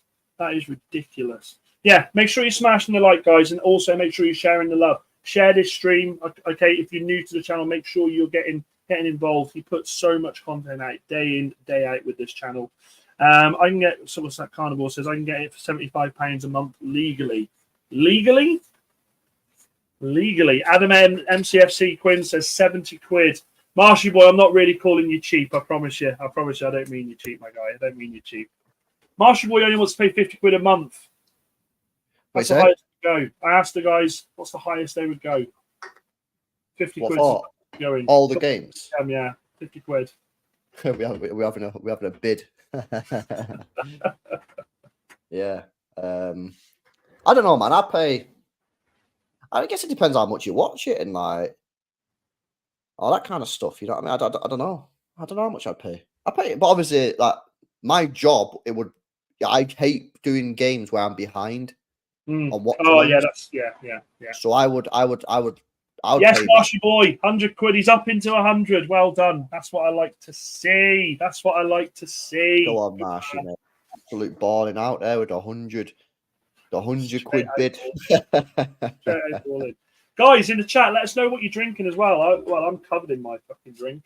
Or eating, man. Crimson Tide. I want to know what people have scrammed as well. I mean, people have them nice. I'm on this Asda's own dark rum, which is really nice. I'm not drinking it because it's just Asda's and it's cheap. I'm drinking it because it's actually nice. This is disgusting. Not good now. It's absolutely disgusting. Rodri's drinking water. Oh, What we big got up here? to you. Adam MCFC. Beers, good man, Adam. That's what we like to hear. Andy Slate, JD. Oh, I haven't had JD in a long time. Oh my god, mate. What do you like, JD? I don't like whiskey. You don't like whiskey? You're not a whiskey guy. I'm a rum guy, innit? So I'm sure I told you this last time. I don't like whiskey. Vodka? I like rum. Yeah, vodka. I can drink vodka. Yeah. Mate, vodka orange kills me. I can drink that like it's just coming out of fashion. Oh, like vodka fresh orange. Yeah, vodka Yeah, fresh but- orange, mate. I'm like a fish with that. I'm like a fish with that. Yeah, that's kind of heavy. That's kind of heavy. I think it's called like a screwball or something like that. Screwdriver. Screwdriver. Yeah, that's Screwdriver. Carl That's- says rum is the one. Rum is the one. Tequila. Oh my god, JT, I absolutely love tequila. yeah, it's nasty. Man. Absolutely. Oh, LB, I don't know if I can send you this while we're on stream. The greatest video of my mate drinking tequila in the world. Right, Yeah. hang on. Sorry, guys, I'm not ignoring you. Let me see if I can find Rodri it. says he's a Muslim. Oh, this is haram. This is haram, bro. I'm sorry, innit? I'm sorry, bro. Please hold. we'll move on in a second. But yeah, man. Listen, it's I enjoy these streams where it's just more chilled. It's like when I do the Tone Show on a Friday. I like them streams where it's just proper chilled out and I don't know, it's just better. Do you still drink the Sounds lambs? fun. Elby? It's I nice drink lambs, but like lambs is more expensive than the Asda one. It's like, how much nicer is it? It is nicer, but it's not that much nicer. oh, mate, I'm sorry. I've just quickly got to sit. Mate, if I can find this, I'm sending it. Yeah, it is the greatest video ever. Oh, here's a question for you. Yeah, and the chat as well. What's your go-to takeaway?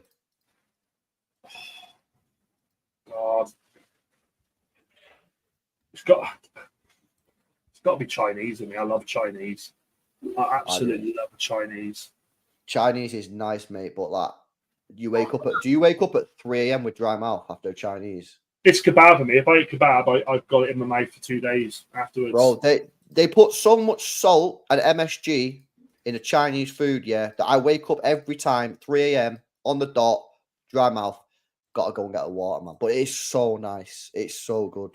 What was it I read about takeaways? Chinese tastes better as a takeaway. You can't. Chinese tastes shit in the restaurant, better as a takeaway. Indian tastes better in the restaurant, but shit as a takeaway. Nah, I wouldn't say it's shit as a takeaway. Indian. Mate, I've sent you that on WhatsApp. Yeah, Keep an eye- Chinese, you gotta eat that at home, man. Keep an You eye on the gotta guy eat at that the at home. What's your go-to Chinese meal? Shredded beef with the sauce, chicken balls, curry sauce with extra garlic. What else? Mate, I'm fat, so I eat everything. I eat everything. Have you ever had jollof? No. Mate, I'm literally desperate to try it. Like, there's a couple places that I've been recommended to try it, man. What's your hottest curry you've tasted? Vindaloo. You need to watch my bloody video, man. I thought you You've was a not done a supporter. foul. What? You've not done a foul. Oh, give me a chance. So it's my first video. My first cooking video. I'm gonna watch it after this, mate. I'm gonna watch it after this. You can't just expect me to jump in at the deep end and go for a foul. Oh, you gotta let me ease my way in, man. I could have done a chicken tikka masala. Oh, mate. Why have you done a foul? Yeah, but it destroyed me. I was trying to be Billy Big Bollocks with my dad. My dad loves it. He can eat it. And I was like, yeah, give me some of that. Ate it. It was rank, mate. I drank like 4 pints of milk afterwards. I was crying. It's too hot. Really? I'm a Jal Frazee guy. That's as high as I go. Yeah, that's mine. I go I for love Jal Jal Frazee, man. Frazee. It's so nice, isn't it? Mm. I really want to make my own because curries, right? Curries are pretty easy to make. Like if you go on YouTube and like watch the recipes, yeah, it's not that difficult to make a fresh one. Like what is it? Like onions, tomato puree, like all these like spices and that, bit of oil and that, and then obviously just the chicken or the protein, whatever. And like, there's a place in Manchester called This and That. You ever been? No. Mate, I'll get it up on screen, bro. Yeah. and it's been there like 50 years or something like that. I don't know how long it's been there. It's been there a long time, and mate, it's unreal. This is it here, right? So it's just like in this little side street, yeah, in the northern quarter. I can't find a map. Yeah, I got a maps here. So basically, you've got Shude Hill. Shude Hill's like there, Shude Hill. But you've been in Manchester before, innit? Yeah. Of course I have. Yeah. So you got Shude Hill bus station, and then across the road, right? So obviously that's Shude Hill station, right? You come down here into Northern Quarter. Why is it not letting me move down there now? What's going on here? Making my way downtown. Yeah, that's going to stress me out. And bro, it's just down this. Oh, you can't even see it. It's down here. There, it's down this little side street. Closed, man. Fucking closed. Yeah, we'll zoom in. They're just spying on this curry house, yeah. And you go in there, right? Mate, it's honestly, it's unbelievable. It's like £6, 7. I don't know if it's gone up since inflation and that. It's like £6-7, and you get a rice and 3 curries. And honestly, mate, it's unbelievable.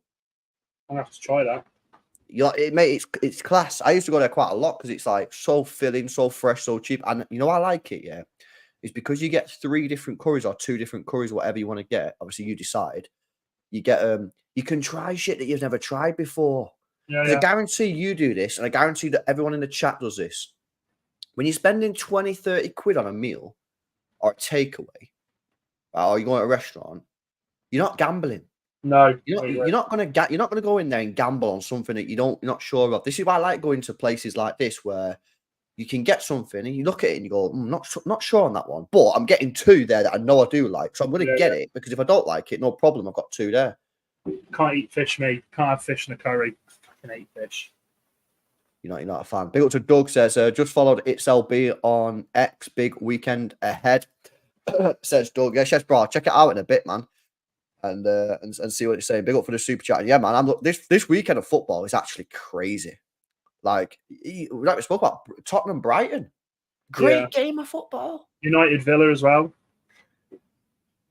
Ali Alsari said, yes, LB and Dan will be listening to this in the gym tomorrow morning as your motivation. Where is his motivation, mate? I want you to go and get ripped, mate, so you can kick the fuck out of base hunter for me. Let me know. Let me know what you're benching. I'll pay for flights. Big up to Ali. Get the gains, Bray. To be fair, with 2 hours 28, 2 minutes in, so he's probably not going to hear that at the time he's in the gym tomorrow, unless he moves forward. But yeah, that's a good curry house, man. That, this and that, and yeah, there was. Did you know there was? Do you know the Arndale? There was a place in there called. Big up, by the way, to everyone that doesn't live in Manchester who doesn't know what I'm talking about, but I'll try and explain it. There's a food market in the Arndale, yeah, and there was a restaurant in there called Salt and Pepper, and basically they did like salt and pepper shit, yeah, like Chinese salt and pepper, and it was absolutely rammed every single day, yeah, from like 11 till 2, 11 till 3. It was rammed. Anyone who lives in Manchester, everyone's been there, will back me up. It was rammed, yeah. It was nice, really nice. And it got that busy that basically the fragrances of the smells overtook the whole food place, because they were just outselling everyone. That the Arndale apparently said to him, you can only stay here if you buy extractor fans at like 20, 30 grand to come into your little, because it's only like this, like it's just a little food market. So it's just like they've got like they're in a little box. This is all rumours, but I'm pretty sure it's true. Arndale said to him, you can only stay here if you buy these 20 grand extractor fans to basically come into your thing to suck out all the smells to take it out. Otherwise, you got to go because it's taken over, because it was that popular. Anyway, they got kicked out because obviously they said, well, we can't afford that. They got kicked out and now they got a restaurant, bro. Killing it. How mad is that? Mad. That's bullying tactics, that is. That's people, bullying, that, isn't it? That's bullying tactics. I think is it halal, LB? I'm not actually sure, you know, bro. I actually don't know, sorry. But if you Google it, Rodri, salt and pepper chicken, because they're now opened in a different place, like a proper restaurant style. But it's like, bro, I pay for rent, yeah, but to have this little zone where I cook food and sell it, and then you tell me that I'm selling too much, so I have to pay for all this. What are you talking about? That surely is your job, no? Yeah. That is right, isn't it? What's the worst ground you've had food at? Ground. Mm. Ground. To be fair, I don't really buy a lot of food when I go to football matches. Not sure. Don't know. I knew someone would say United. I was waiting for that. Yeah. I get fucking food poisoning at your gaff, bro.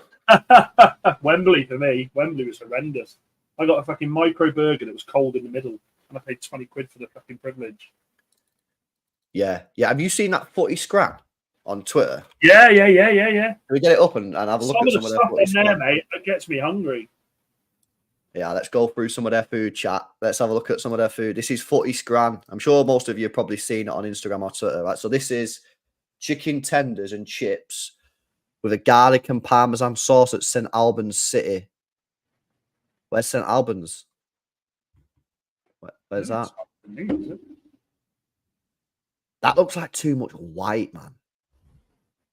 Hertfordshire. Do you not think that looks like too much white stuff? Mate, I'm 20 stone. I'd eat anything, so it's fine. Tenner. Looks good value. Good value for money. That's a tenner. Yeah, how can we scroll through this quicker than that? Like, this is double bacon cheeseburger with pickles at Handsworth Villa FC, Hey, that's a $5.20. bit, that is. I'd have that. Oh, what's this here? Lamb souvlaki wrap at MacArthur FC, $22. Oh, that's all. 11 quid. Still looks quite expensive, that, doesn't it? 11 quid for that. Am I right? Do you not I'd think want that's chips for expensive? that. I'd want chips or something. That's what I'm saying. Do you not think that's expensive? 11 quid. Looks good. Bit tight on the lamb, though, for 11 quid, 7 out of 10. West Ham are fuming. Yeah. Yeah, I agree. Let's have a look at this one. Katsu curry with Cajun fries at Woking FC, £8.50. I think need more for that. It looks all right, though. Can't really see too much of that one. That's not a great. Yeah, what's this here? Jerk chicken loaded fries at Bristol Rovers, £8. I'm having that, mate. Jalapenos there. Oh, I fucking love that. I think that should be maybe £6.50, 6 quid. I think 8 quid's a little steep for me, but it looks good. What's this here? Fucking hell, what's this? A donut? That's Planet Donut, isn't it? That's not. Yeah, Planet of course it'd be Spurs, man. Biscoff donut at Tottenham Hotspur, £3.50. That looks good, but for £3.50 these days for a donut. Yeah, what's this? Kobe beef. No details. Mate, go off that. Go to the one below it. What? Which one? Oh my god! That is exactly the same as what I had at Wembley. That is. Oh my god! What is that? What is that? Cheeseburger at Chesterfield, £5.50. Fucking West Ham are there again. Terrible burger, undercooked. £5.50. What the bloody hell is that, man? That is horrendous. Yes, boss. I'm from Shrewsbury, near Wales. Correct, mate. Yeah, that looks pretty decent. What's that? Chicken dog with pulled pork at Barnsley, £6.95. That's all right. That is. You get chips with that as well. Yeah, you get chips with that. That's a good value, isn't it? That's pretty decent, that. Yeah, man. This way, it's a good page. This pretty good page. That, to be fair, I always go on it and then see what's going on, man. But CHQ, built CHQ said would rather have United's toxic chicken than that, mate. Yeah, £5.50 for that burger, man. That's absolutely insane. Honestly, that's fucking rank. That is absolutely rank. Someone point LB in the direction of Hull City Scran. Why? What's going on Hull City Scran? Have you heard? By the way, have you heard a pasty barn, bro? No. So where I grew up, yeah, we lived on pasty barns, right? Yeah, I'll show you here. So this is a pasty barn. What's that? Oh yeah. So basically, you take a pasty, yeah, put it in a barn. This is the actual one, Cars. That's the actual legit one.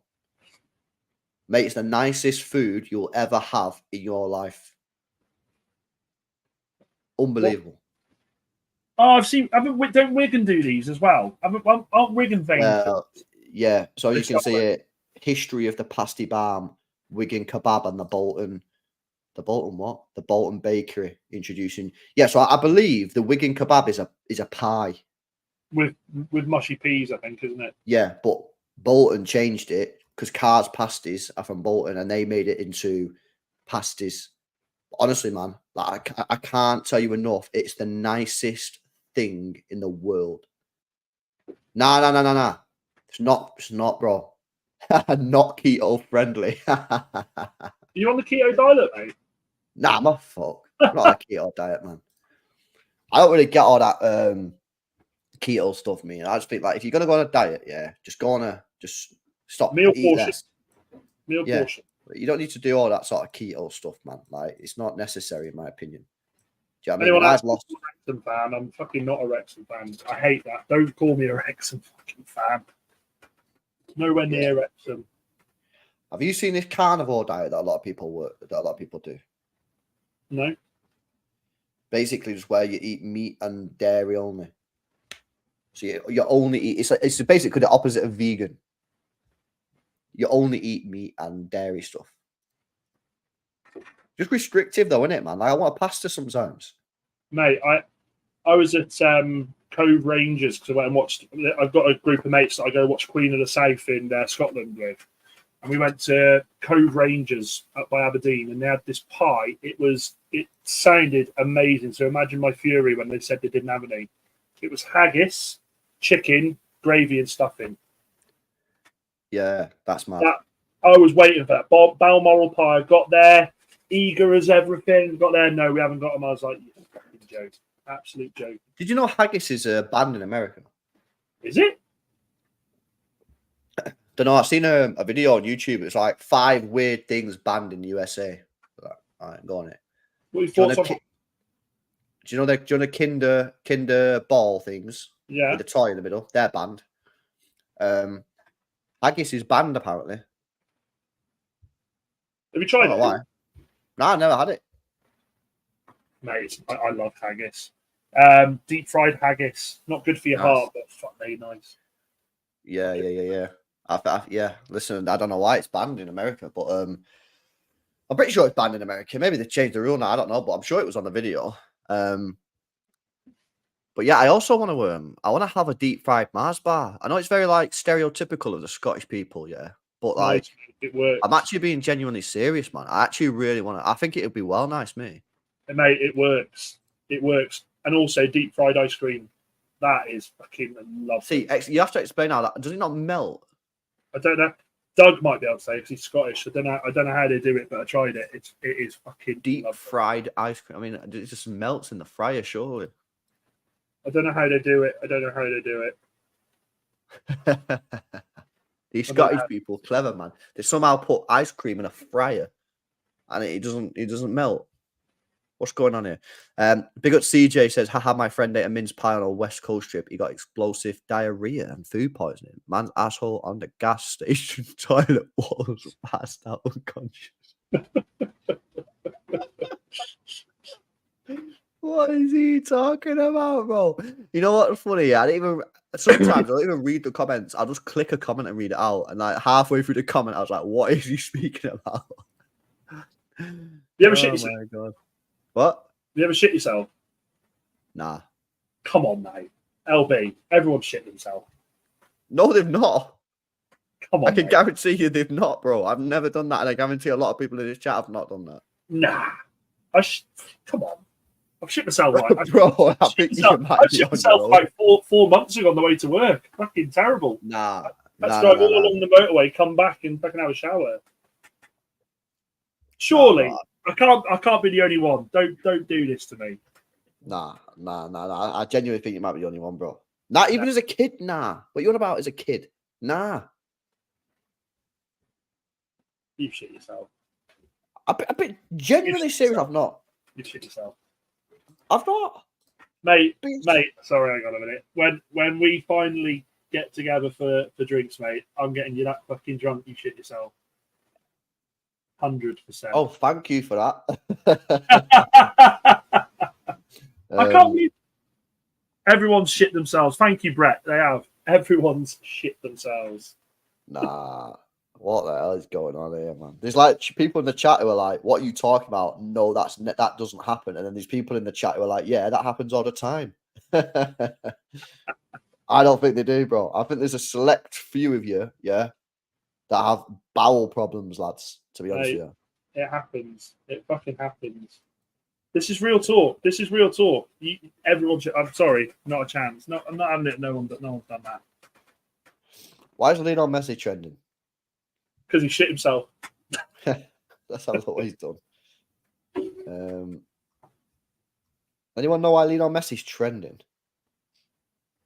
What's going on?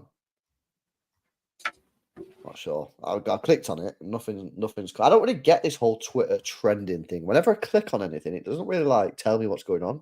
I feel like if something's trending and you click on it, you should be told like what's going on. Oh, it's because apparently, hang on, not Argentina match cancelled as backlash over Messi's no-show. Oh, what is he injured or something? Must be. He's getting loads of heat, isn't he? In America at the moment. Why? I think the fans.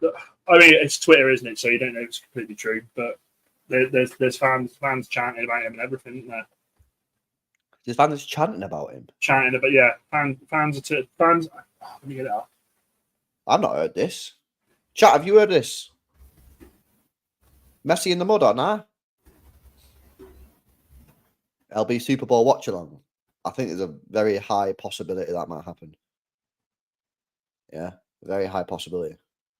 In the 90%, unless I get a better offer, we will be doing one. Do you watch NFL? Nah, I've never been able to get into it, bro. Bro, it is good, man. Get into it. It's a really good sport, you know. It's a really good sport. And Rihanna last year at halftime, mate. Unbelievable performance. Unbelievable. It's too late as well. I mean, what time does it It start? is late. It is. It's. I think it starts here at like 11:30 at night, and it'll take a good 3 hours, I think. My mate's mad on it. My mate is absolutely mad on it. I went and watched the game when I was over in the States, and I was just sat there. I was like, "What? I don't get it." And also baseball. I went because in New York you have to go and watch, don't you, the Yankees. And I was so bored. I was so bored. I didn't like it. I like it, man. I think it's a good game and that. I actually think the actual game itself is a good game. In terms of like, I like the idea of the game. Like you get 4 tries to move the ball to the next checkpoint, and if you don't, then you lose the ball. It's got like turnover or what, something like that. So you only get like 4 attempts, and that's why when you get to the 4th attempt, they usually kick the ball. Yo, big up Steve, man. Yo, big up Big Steve in the chat. Says big up the chat. Smash these tomorrow. Yeah, man, 100%. Big up, bro. Yeah, so you get four like attempts to move the ball forward, and then on your 4th throw, you can either kick it and but then you lose the ball basically. But then obviously you kick the ball away, or you can try and run it. Yeah, I know the rules. Have you ever seen the film Remember the Titans? Denzel Washington. Nah, that's a class film about American football. It's fucking class. If you get a chance, watch it. Chat, if any of you have watched it, back me up. It's a fucking quality film. So I get the rules of it. I just can't get into it. Have you watched Air? No, mate. That's about basketball, but it's not really about basketball because I don't know about basketball. Yeah, but it's absolutely unreal. Chat, what's the basketball player called? I can't remember which one it is because that's 3, isn't there? There's like LeBron James, and then there's 2 others who are like the top ones. Who are the 3? Who are the 3 like main basketballers? Chat.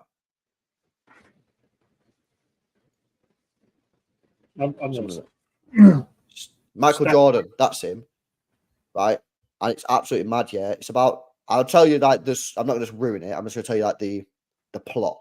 Yeah, because at the end of the day, like it's a known thing. But basically, Nike, like you know how all these young football players they get signed up to like Adidas, Nike when they're like 18, 17, don't they? Yeah.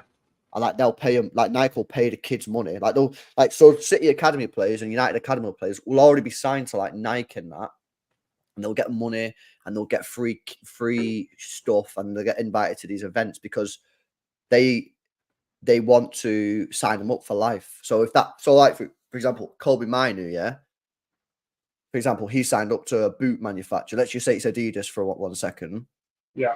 Adidas have been paying him a couple of grand a year or whatever for the last couple of years, but now they're going to be reaping the rewards because they've got him signed on this deal. Anyway, Nike, it was about the basketball, and Nike were making like no money in the basketball game. Is it what's his name? Matt Damon? Yeah. Yeah, I've seen it advertised. Yeah. Mate, it's fucking mint. You should watch it. And basically, like, again, this isn't ruin the story. This is just a story.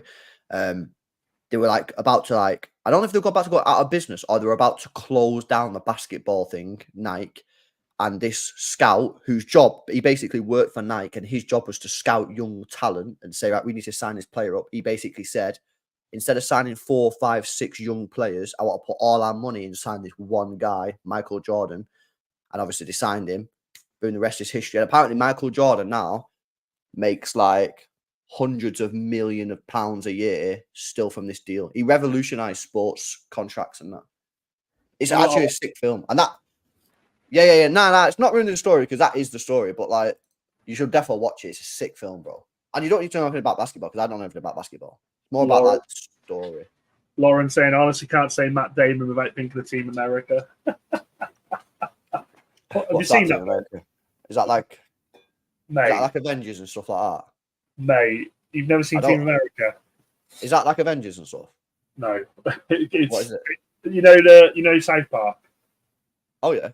It's the creators of them. They did a film. It's like puppets, and the graphic. It's meant to be shit, but oh my god, Team America. Team America World Police. Everyone in the chat. Let me know if you've seen Team America. What a film! Is it the one that came out in 2004? Yeah. So I've never seen it. No, I've never seen it. I'll check it out, man. Oh god, it's incredible. The sixth scene is just amazing. Oh my god, I love that film so much. Yeah. Nah, I'll check it out. I'm not really like into my films at the moment because they're just too long, man. You know what I mean? And like, I really want to watch that. What's it called? The one about the nuke? Oppenheimer. Bro, I'm sorry, man. It's 3 hours long. Good film. I watched it. Watched it at the cinema. I can't commit, man. 3 hours? It was a film they could have done it. They could have done it in 2 hours. Big Steve knows. So what? I'm not going to say it because I'll probably get cancelled. But Steve knows. Steve knows. I don't know what you're going on about. Mate, you got to watch it. Everyone in the chat's telling you. You got to watch it. Oh, I will watch it. I'll watch it 100%. It's so fucking funny. Yeah, but like these 3 hour films, mate. Like I watched Napoleon, yeah, and that was like 2.5 hours. And at the end of it, I've still not seen that. Yeah, at the end of it, I was like, yo, this is long, man. But the one thing I would say is, yeah, View, you know the cinema View. Yeah. They've upgraded the seats to recliners. Yeah. We've got that here with the Aviation. Yeah, one of the problems that I have here is because I'm 6'3". When I was going to the cinemas, mate, we're both tall boys. I'm 6'5". Right, buzzing. Right, you'll have this problem as well. When you go to cinemas in them crappy little seats, it's so uncomfy. Whereas now, I was in this View. I was watching a film the other day called Baghead. Yeah, it's not really a horror film, to be honest. It's more like a scary story. Yeah. And I was like, fully reclined, bro. Like this. You're doing an Errol asleep, mate. Yeah, I was like this, just watching a film. Honestly, it's absolutely insane. Like, you don't have to take your rubbish away. They tell you to leave the rubbish there. So at the end of the film, don't put your rubbish in the bin. I was like, what? Did I read that right? It's like, nah, we'll come and collect it from you. And I'll tell you one thing as well. Cinema ticket prices, have they not realised inflation? Bro, £6.99 a ticket, mate. What, there? Yeah, that's in Printworks as well, Manchester. View, £6.99. Mate, it's like 15 quid here. Bro, I'm being serious, man. I took the wife. I said I took the wife. She paid, so I'm not going to say that. We went and watched Wonka. and we had 2 tickets, just standard tickets. We had a popcorn each, drink, and some I had a hot dog. 55 quid. Yeah, that's a joke, mate. 55 quid. Nah, honestly, man, go view. View's like £6.99. It's so cheap, man. It's actually so cheap, and like I'm gonna start going more. I'm not watching them 3-hour films, though, man. Them 3-hour films too What you long. like- Unless what you it's like on like a planes? mad film that I want to watch, I'm not doing it. What I don't know who said it was the top of the league said. What you like on planes? I hate planes. I love everything about planes, aviation, everything. I love it. No, Bro, I mean I with your height, oh I struggle. I yeah, struggle. it's not ideal, man, because Need to we're like- all on the Ryanairs now, innit? Because of the cost, so it's not ideal. But I try and get the end seat, the aisle, so I put my legs out in the aisle, and then Yeah, people always say we put your legs in when I'm walking past, but like it's just a better situation, man. But yeah, listen, I love planes, man. Actually, planes is like one of my like most, bro. Air crash investigation. Don't Oh my mention God. it, mate. I fucking hate. I'm terrified of. Bro, fucking I've watched them all, man. Every single series, every episode, I've watched them all, man. I can't do it. I can't do it. My dad's the reason I'm terrified of flying. First time we ever flew, I was 17. The night before, he made me watch 3 episodes of Air Crash Investigation. I was like, why? And he's like, but at least you know what could go wrong. I was like, I don't want to know what could go wrong. I just want to get from A to fucking B. I am terrified. My wife won't. She hates flying with me. She hates flying. I honestly, I scream. I absolutely scream. Yeah, bro, terrified. you'd hate being with me. I love it, man. I absolutely love it. I big up Southside massive at Manchester Airport. Been there, yeah. The Aviation, Donny. It's Can't do it. it's so good, man. It's why I like it. I like watching stuff like Air Crash Investigation. Is because you can see how small things can have a big impact, and that's just not even with like the planes. Like even in other stuff in life, like little tiny things going wrong can have such a big impact, man. Like that's probably not going to make it better for you, innit? No, it's not, mate. It's a. Mate, we were coming out of we went to Cancun for our bloody our anniversary edibles. Yeah, mate, I got diazepam once. That was brilliant. 2 of them gone. Yeah. We went to Cancun on our honeymoon, and when we were coming out of Cancun airport, sat in the plane, just chuntering along. All of a sudden, it felt like someone had pulled the hand. In the car when someone pulls handbrake, and you go, Yeah. the plane like goes woof, stops, lights. Plane was landing, bro. Plane was landing. We were taxiing into the. I hate flying. I hate flying. I love flying. I love planes. I love understanding what's going wrong. I just love it, man. It's like up there is like one of my favorite things. Like in the summer, go south side at Manchester Airport, yeah, and that now on a real this summer, I'm going to take a seat. I'm going to take like a camping seat, couple beers. I'm going to sit there in the sun and just watch the planes land all day. And people will say that's proper sad, and it's like train spotting. People go, "That's so sad." People go and watch train. I get it because I do the same with planes, man. Really?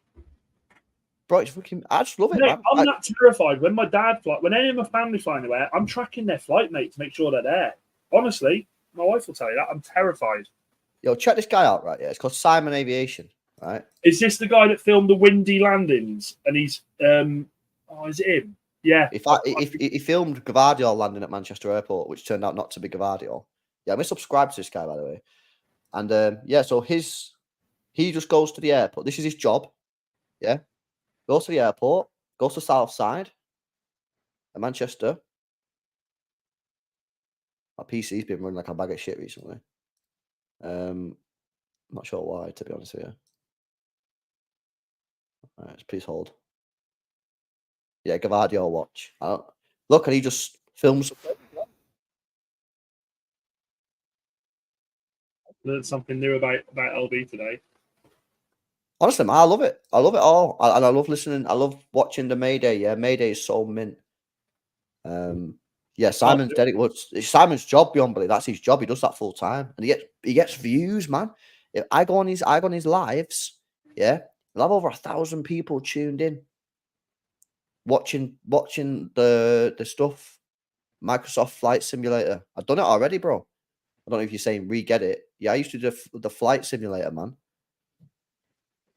Yeah, one time, yeah, we once tracked Gvardiol landing at Manchester Airport. It wasn't Gvardiol.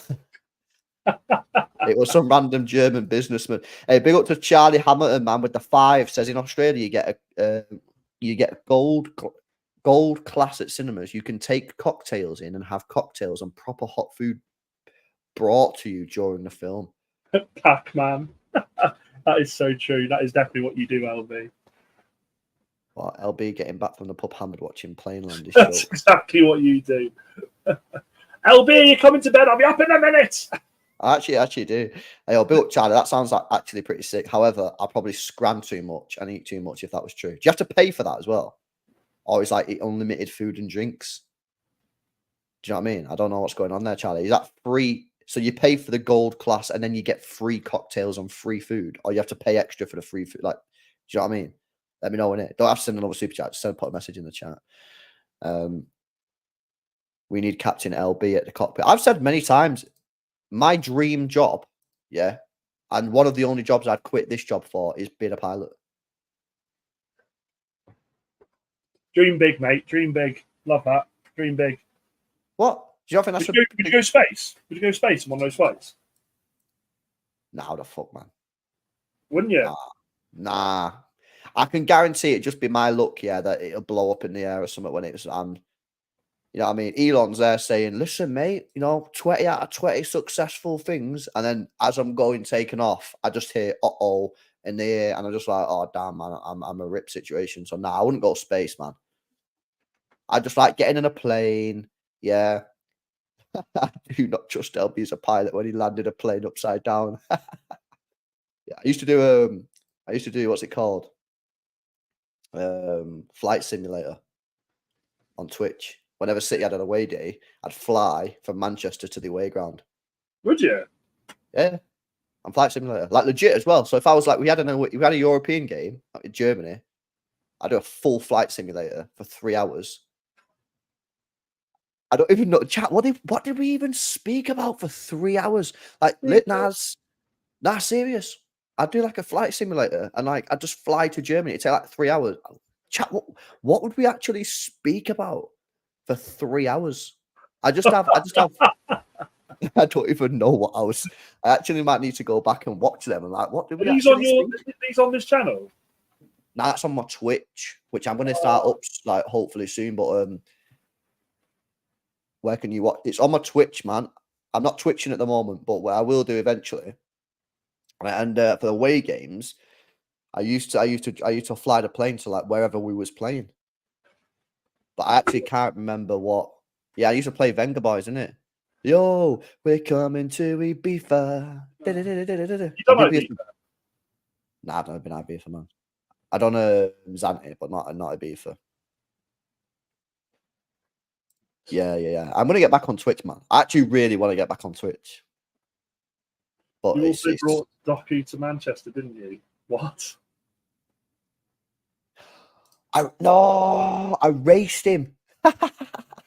So you know how you was talking about before how you can flight track. Yeah.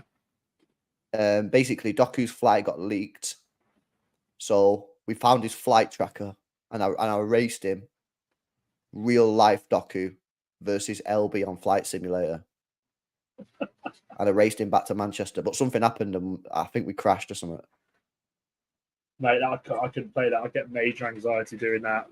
Which was not ideal. Charlie says, nah, mate, gold class is massive chairs and heaps of leg room, and you have a bar and lounge area you can sit in and drink while waiting to go in, but you do have to pay for any drinks and food, though. Ah, okay. Got you. I got you. Yeah, I did crash a lot, man. I did crash a lot. But, yeah, this reads about you being a pilot, mate. I'm not for it anymore. I'm going to be honest. No, to be fair, what I would also say is that like I did change up the planes a lot. Whereas as a pilot, you only really fly the same plane every time. I was trying to learn different controls. It's like going from a Nissan Micra to a Rolls Royce Phantom or something like that. How different the controls? Oh, big time. Big time different. Yeah, planes got different controls, man. Different intricacies, different things that you need to learn and stuff. This is why when you become a pilot, it's not like a driving license where you get a driving license, you can drive any car. You become a pilot, and then you've got to be qualified for each individual plane. And you've got to go through hours of training on each individual plane, and you get qualified for a plane. So like A320, for example, like you'll be qualified for that plane. I'm learning something new about you tonight, mate. Fucking love that. Oh, mate, I absolutely love it, man. It's actually sick. I find it very therapeutic. And you know what? You know what I also done? I'm a saddle, right? I'm about to expose myself as a saddle. Yeah, but I I don't even say this because this is pretty sad. I'm going to tell you, I read the full air crash reports. Oh, mate. Like the full. Mate. It's interesting. You learn a lot. You learn about a lot of human psychology, mechanics. I can't do it. I can't watch those programs, mate. It just I get so no. I'm terrified of flying. Like people always say to me, like, oh, you know, what's the problem? Is it turbulence? I'm like, oh yeah, I don't like turbulence. Oh well, you know, when you're in a car and you go over a bumpy road, does that worry you? I'm like, well, no, because I can stop the fucking car and get out. It's foot off the floor. But then they say that no planes ever come down through turbulence, don't they? Yeah, turbulence is nothing, man. Turbulence is a bit of fun, to be fair. Yeah, they're well long, bro. They're well long. They're absolutely well long. And like, what's sad about it is, yeah, not sad as in like I'm sad. What's sad about it is when you read these things and like, because the Mayday documentaries, like they're good, but like when you actually read the documents, how like the smallest possible things can cause people to lose their life, which is really sad, isn't it? The one I saw in air crash was all due to the wrong bolts, the wrong nuts and bolts being used on something. Oh yeah, shit that happens all the time, man. It's unbelievable. Yeah, I'll show you this one, bro. Air China. Yeah. No one died in this one, so that's why I'm showing you, yeah. That's a good start. All right. Check this out. Right, Air China, yeah. Flight 120. Right, have a look at this. No one died, right? Oh, I saw this. Was this the one that landed the other day, or was that Japan? Nah, this is bare old. This was like 15 years ago, right? I'm trying to find it. Like, look at it, yeah? Look at that. Completely on fire. Yeah? Do you know what caused that? Go on. I'll show you what caused it. Is it? A 25 pence washer. I'm never fucking flying again. Caused fucking boat. That. Can you believe that? It's unbelievable, isn't it? That's what I mean. It's so interesting to learn about the mechanics of how like little things going wrong can cause such horrific things. But mate, unfortunately, if I got on a plane and my seat was next to you, I wouldn't fly. I'd get off the fucking plane. The thing is, though, planes are very safe, man. Like, for example, they're much safer than helicopters. If a plane loses its engines, yeah, that's one of like the least worrying things. Unless it's during takeoff, then that's not ideal. But if it's at 35,000 feet, unless you're over the Atlantic, your engines go, you're pretty fine. You can glide for miles and miles and miles. Third channel incoming, plane B. Honestly, man, yeah, plane B. So yeah, people get scared about the planes, and I get it, you know what I mean. But they're very, very safe. They're very, very safe. I know that because there's millions of flights a day, isn't there? Is it, like, yeah, millions of people fly a day. Yeah, absolutely. And all the safety's took very serious and that. And like if companies don't adhere to things, they get banned. Like for example, the Russian carrier Aeroflot, they've had a lot of crashes over the years. I think I'm pretty sure they're banned from Europe because they just don't take it serious. But like Ryanair, for example, everyone mocks Ryanair. I don't think Ryanair ever had a fatality or a casualty from an incident ever. No. People mock them all the time. I mean, have you seen what he said about that as well? He said he wanted to take out the toilets so he could put extra seats in, or you wanted to make it pay for toilet. And also, he said he wanted to put standing seats. Well, standing. Yeah. So he said that it was only for short haul. So like crossing the Dublin. Irish Sea, Dublin to Manchester, or whatever, like Manchester to London, or whatever, them sort of ones. He said it's very safe. They trialed it. It's very safe. I mean, let's be honest. Like, you don't really need to sit down, do you? You know what I mean? What did he say? Charge €1 a seat or something like that? Yeah, he said he'd charge €1 a seat for 20 to 40 people, and the rest would be 20, 30 euros. He said he reckons, he said he guarantee 100% the standard seats would go. I mean, if you could get to Dublin for £1. By the way, have you seen that England have got Ireland in the football? Yeah. I was checking it today, man. I'm tempted to go over. It's only £120 return flights at the moment, but they're going to go up quick. Yeah. It's in We went to September. Germany, me and the mates went to go to Germany for the Euros, and it's like as soon as England qualified, flights went straight up. Yeah, that's how it is, isn't it? That's 100% how it is. Now they're going to wait. What the hell? What? They're going to Wales. Taking away our rights, Bray. They got Wales. You know what I mean? Apparently, they've made a rule change. You can take on more liquids. Oh right, okay. Because you can only take on 100 ml. Apparently, they're up in that. I'm not allowed to drink at the airport. So wife won't let me drink at the airport. Yeah, because it increases anxiety. You'd be even worse, bro. Don't say that. Now you're feeding into her. I'm going to go in a minute. She's going to be like, "Yeah, told you. See, LB, he's flown everywhere across Europe." But she's right, bro. If you're scared of flying, drinking's probably not a good idea, isn't it? Because drinking increases the anxiety. Makes me feel better. Just treat yourself to a slobbering mess, mate. Forget the bloody plane, then, didn't you? I love it, mate. I love flying. I love everything about planes. I think it's well cool. And yeah, helicopters, man. Helicopters are much more dangerous. Turbulence not bother you at all? Have you ever been in turbulence where you've been, oh Christ, this is bad? Yeah, I was in one last year, and it was like horrendous, but I enjoy it. I low-key enjoy it. Like being thrown up and down, like boom, boom, boom, boom, boom. I think it's mint. It's a bit of a laugh, me. Like, see, I have a different perspective to you. I don't like, and I get why you're worried, yeah, because if the plane's shaking, I get that's quite scary. But I don't get scared at that. I get scared at any moving object. So a fly, moths, butterflies. Yeah, I'm scared. I'm out of here. Chat's seen me many times. Yeah, I'm horrific. But like, if a plane's got turbulence, I'm chilling. I enjoy it. I'm like, yeah, come on, man, more turbulence. Fly through the clouds. Nah, not for me, mate. It terrifies me. Fucking terrifying. But I have to get on it to get to the places. That's the logic, isn't it? You can't drive to Cancun. You can't drive to America. You can't drive to fucking Corfu. Yeah. Yeah. I wonder why. I wonder where that comes from. My dad's terrified, so it's just from him, innit? It passed on because you've seen him terrified. So then you got terrified because he's terrified. First flight we ever took, we were flying from East Midlands, and you had to walk out onto the tarmac to get on the plane. You got half up the stairs and you stopped for 5 minutes. You wouldn't get on the plane, and I was like, "Oh, this isn't good." If he's terrified, there's got to be something here.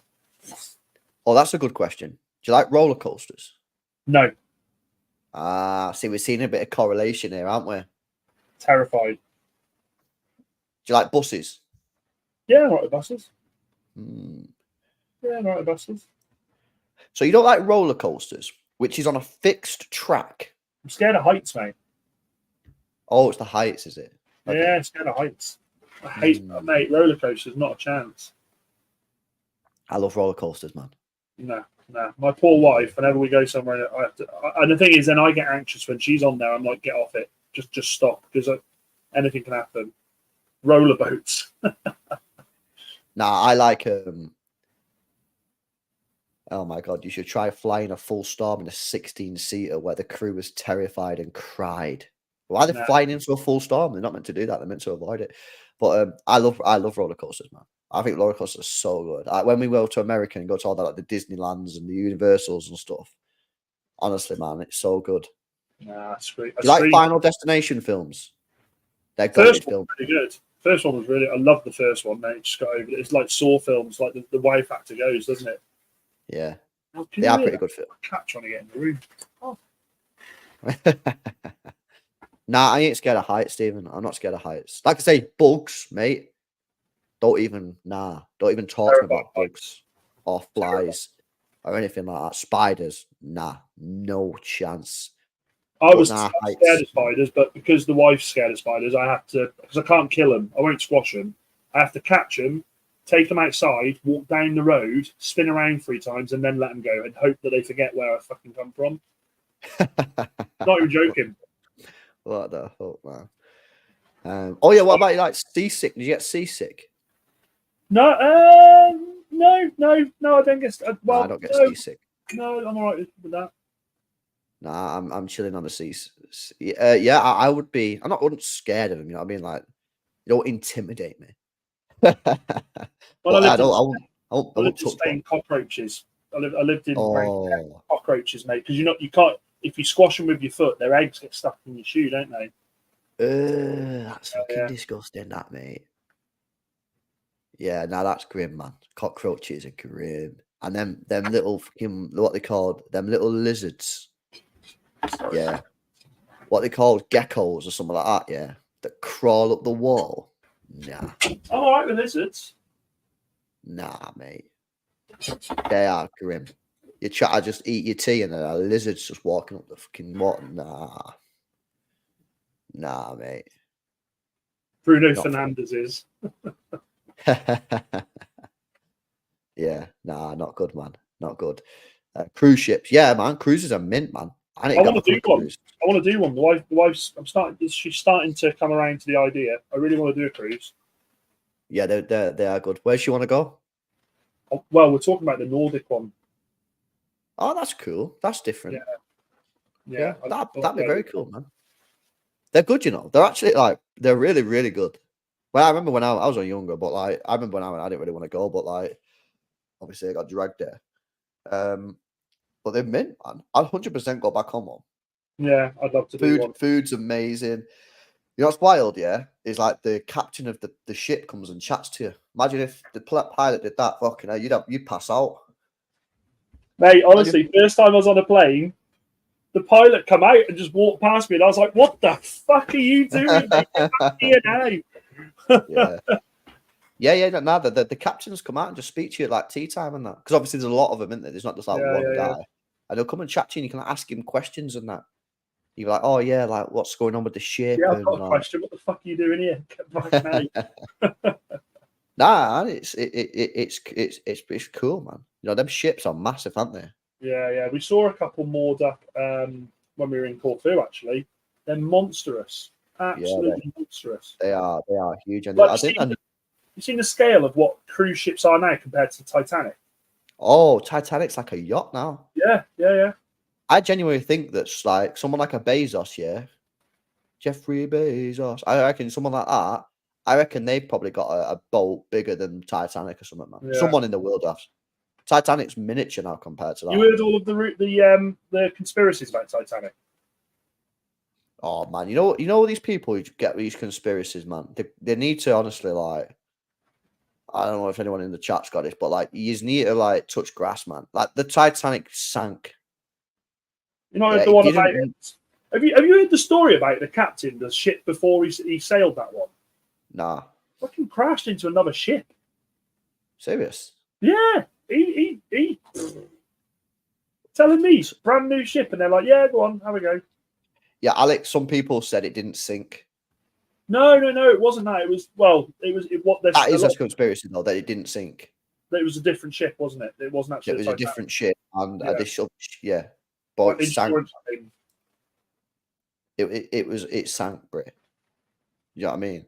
Let's just not do this. People create conspiracies out of thin air, man. What's the worst conspiracy you've ever heard? Huh? Worst conspiracy you've ever heard? Probably Titanic sinking is a good one.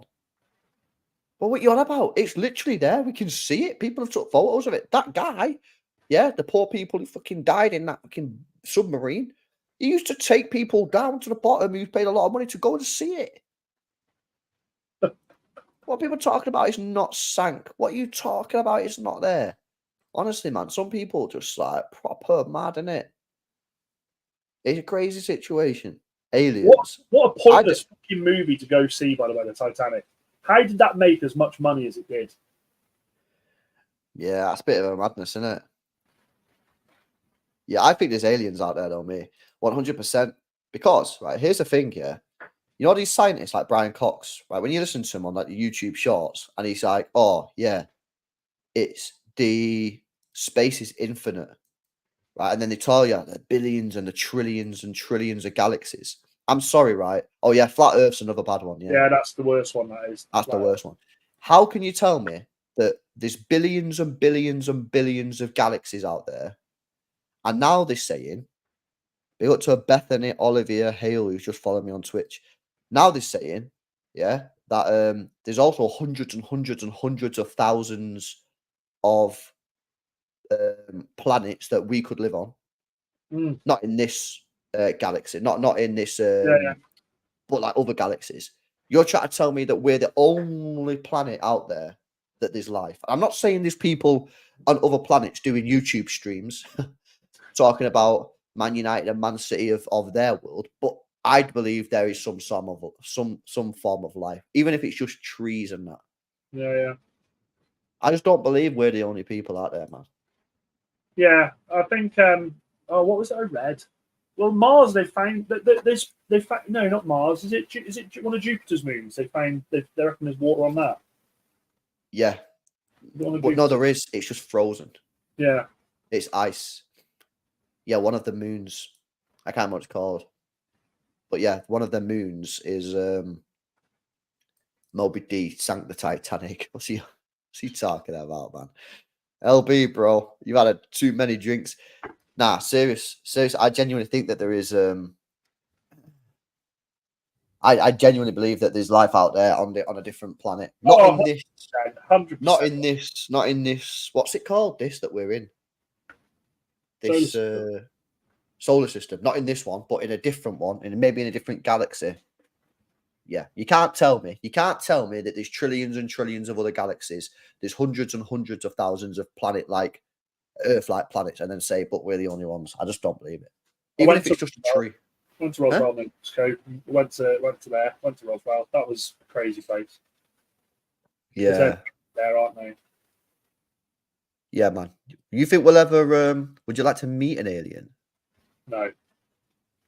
Nah, I'd swerve that. Yeah, 100%.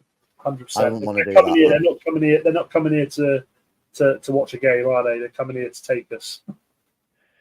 Yeah, I ain't doing that. Nah, they can speak to someone else, innit? They can speak to Joe Biden, man. Bill to JTI says this Friday night stream gotta be irregular because it's absolutely sick with random topics. Yeah, man, I think like doing it every couple of weeks or something. Yeah. Then we'll have stuff to talk about, innit? Otherwise, we'll just talk about the same things every time. But yeah, I like it, man. It's good. It's good stream, innit? Watch along with an alien. What is going on? But yeah, nah, serious, man. I genuinely think that there's life out there. Yeah, there's got to be, mate. There's no way. Where do you live? Where do you live? Me, Shrewsbury. I live in Wellington at the moment. Because I was telling the chat the other day, I went and watched Brian Cox's Horizon show. You know Brian Cox, innit? Yeah. He's got a show, and he's got some shows left. Do you live near any of these places? Richmond Theatre, Richmond, Belfast, Derry. Oh wait, this is all sold out. Where's his non-sold out one? Oh, he's sold out everywhere. Oh, here we go. We can go, mate. We'll go to Bucharest and watch it. Dudley, mate. I live by Dudley. Yeah, I go there. Go there, mate. Honestly, it's so sick, bro. Is it? Honestly, it's really, really. He's got these mad screens, yeah. That he's got like all these graphics made for, and it's like 8K. And he's talking to you about like space and like science and all this kind of shit. It's actually sick. You should go, bro. If you live near that place, you should definitely go. When's that? Wednesday, 20th of March. You should go. And then, like, for other people who don't live in England, like there's loads of other. Like if you live Dublin, Galway, Limerick, Cork, Killarney, yeah, for all the Irish people like this, and then like some like in Romania, Poland, Turkey. So you guys should check it out, man. It's really, really good. It's good listen. I like listening to him, man. His voice is mate, I get lost watching him on TikTok. I'll end up watching him for hours on TikTok. Does it not worry you a little bit though? Like what? We send out all these radio signals, don't we? We send songs out, we send messages out, and it just terrifies me that one day they're going to be like, here we go. I don't think for 1 second it'll be like Nah, Independence Day, that don't but terrify me, man. Nah, that don't terrify me at all, man. you'd be happy if they went, right, we've had a response. Depends what they said, innit? If they replied going, sit, then maybe I'll be buzzing. I'm like, yo, Lauren, I'll take you up on that. I'll meet him. I'll meet the alien. Nah. But if they, I don't know. Like, you know what I mean? I don't know, man. I don't know what they're gonna say. You can't live your life like being scared about shit like that, though, man. You know what I mean? Marshy boy, you're not far from Dudley. Whereabouts are you, brother? Yeah, it's a good question. What scares you more is being alone or there being other life forms out there? I'd say being alone. I'd rather there be someone else out there, me. Would you rather be alone on this planet, like as humans, and there be no other life anywhere around the galaxies, or would you? So you know what we're it. Once human race dies out, that's it. Or would you rather know there's life out there, but then obviously you don't know what they like? They could be murderers and that. As long as they stay away, I'd be happy to know that there's more out there. As long as they stay and keep their, they do them, that's fine. I was watching I don't know if you've seen him. He's another American guy, and he talks about space. He's talking about what they can do now if there is big objects flying towards us. They can send things up there and pull the gravitational so it moves and goes different directions. Good. So no Bruce. I don't want to end up like the dinosaurs, bro.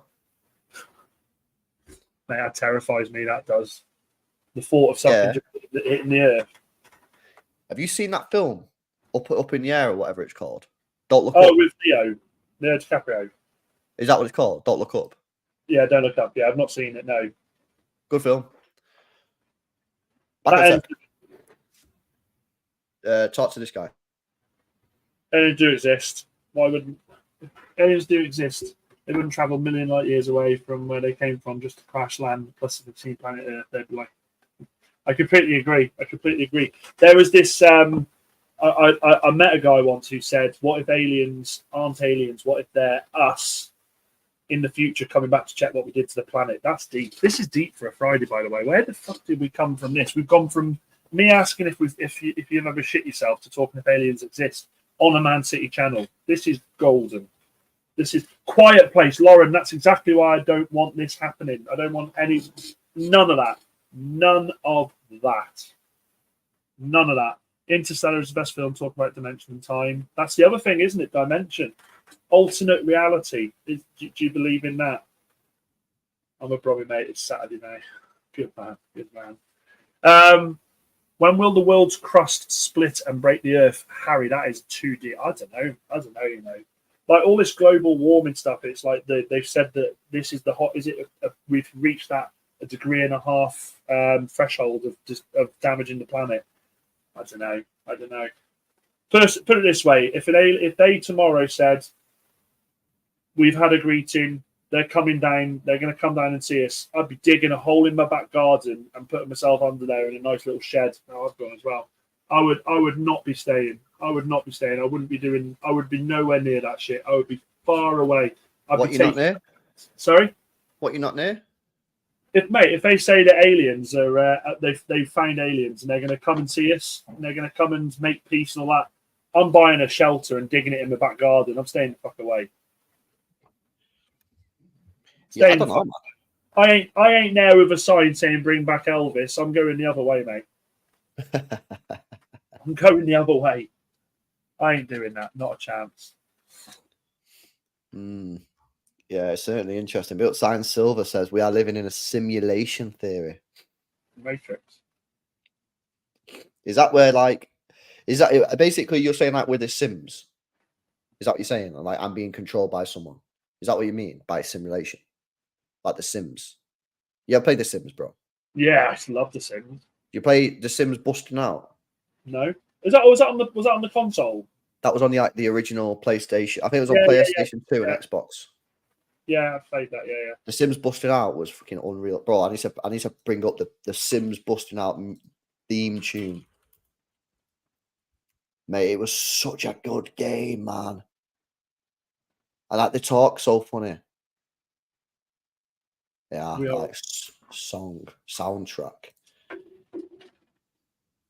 Sim stream. Yeah, I could do the sim stream, you know.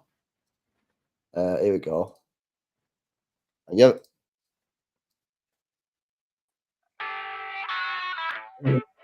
Yeah, I remember this, mate. The GameCube. I had a GameCube.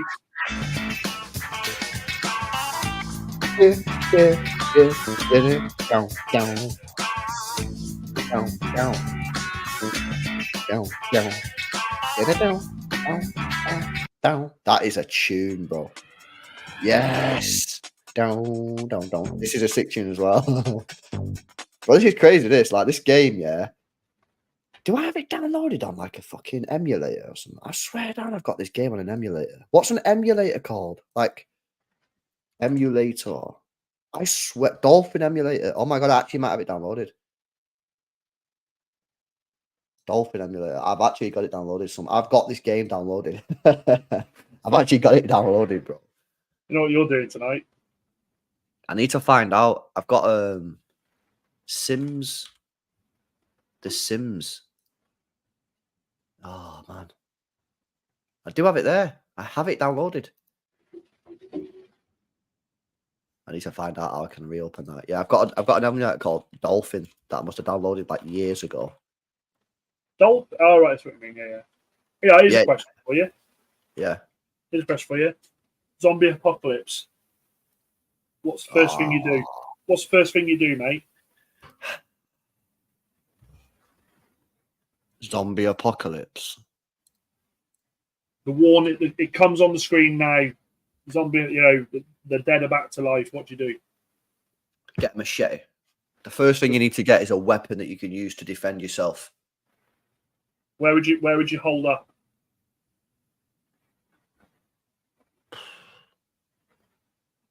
Don't know. The first thing you've got to do, in my opinion, is get a weapon that you can defend yourself with. So it would have to be, obviously, we don't have guns in this country, so it would have to be a machete. Because like a kitchen knife ain't going to do you much good, innit? So you're going to need a machete. Now, the question is, where would you get that from? I don't even know. Where would you get a machete from? That sound like Asda. And the problem is, though, Reese. See, Reese Kennedy, you're getting eaten straight away. Yeah, I'm sorry, mate. You're dead straight away, bro. Yeah, you're a zombie within 24 hours. You didn't even make it past level 1. You've gone to the very place, yeah, that everyone's going. And you're going to get someone there at the supermarket who isn't friendly. And when you grab the water, he's going to kill you because he wants the water. So you ain't even made it past level 1, mate. I'm sorry, yeah. You just straight away. Oh, JTI, if you're Walking Dead or 28 Days Later, if it's 28 Days Later, I'm putting a gun to my head. I ain't sticking around for that. I ain't outrunning anyone. Yeah, I don't know what I'm doing, man. You've got to get a machete. You got to get something to defend yourself, and then you're gonna have to find something. You have to go somewhere that isn't like Reese, nowhere obvious. Yeah. Where you can drink water. So you're gonna have to go to. I'd go on Google and try and find a spring, like a water spring, somewhere that I can drink water, and try and set up camp somewhere around there. First place I'd go in the attic. I'd go in the attic just for you've got to make moves early, bro. Just for 48 hours, just to see what settles. You don't see a zombie climbing in an attic, do you? Yeah, I've never seen that. To be fair. Yeah, I'd try to find a natural spring. In Shrewsbury in town centre, there's a prison. It's called the Dana, and it's not used anymore. I'd go there. It's got big fucking walls around it. You get in there and keep everyone out your sound. Yeah. Nah, bro. The thing is, though, yeah, you don't need to eat like proper food. You can eat like grass. You can eat leaves. You can eat bugs. You'd have my problem. You'd shit yourself a few times for a bit, but then once your stomach would get used to it. You could literally just like eat whatever. You know what I mean? You don't need to eat. This guy wants like, yeah, but where am I getting my sirloin steak from? This bro just wants to live a normal life in a zombie world. He's watched This all guy the- lasted 24 minutes, mate, let alone 24 hours. He's gone. He's the first guy to go. supermarket, loads of glass windows all around it. Yeah. Nah, yeah, you got to find a spring where you can drink water. You got water straight away. You're chilling them for at least a couple, like you, because I think they say you cannot go more than maybe 3 or 4 days without water. You Yeah. die. But with food, like you hear all the time about people go like a month without eating a single thing. Yeah. Again, I don't know if that's true. Don't try it, but like food is less important than water. So you've got to find a source of water. And here's the thing again about the people that are saying, go to the supermarket, go to the supermarket. Short term, Yeah. think long term. Don't When- go wherever else is going as well. Exactly, mate. Exactly. You got to get out of England. I don't know where we're going then, innit? I ain't got a boat. You know. Well, yeah, given the fact that Titanic didn't actually sink according to these conspiracy theories, we could try and find the Titanic because no one will be on it. But hidden somewhere in the ocean.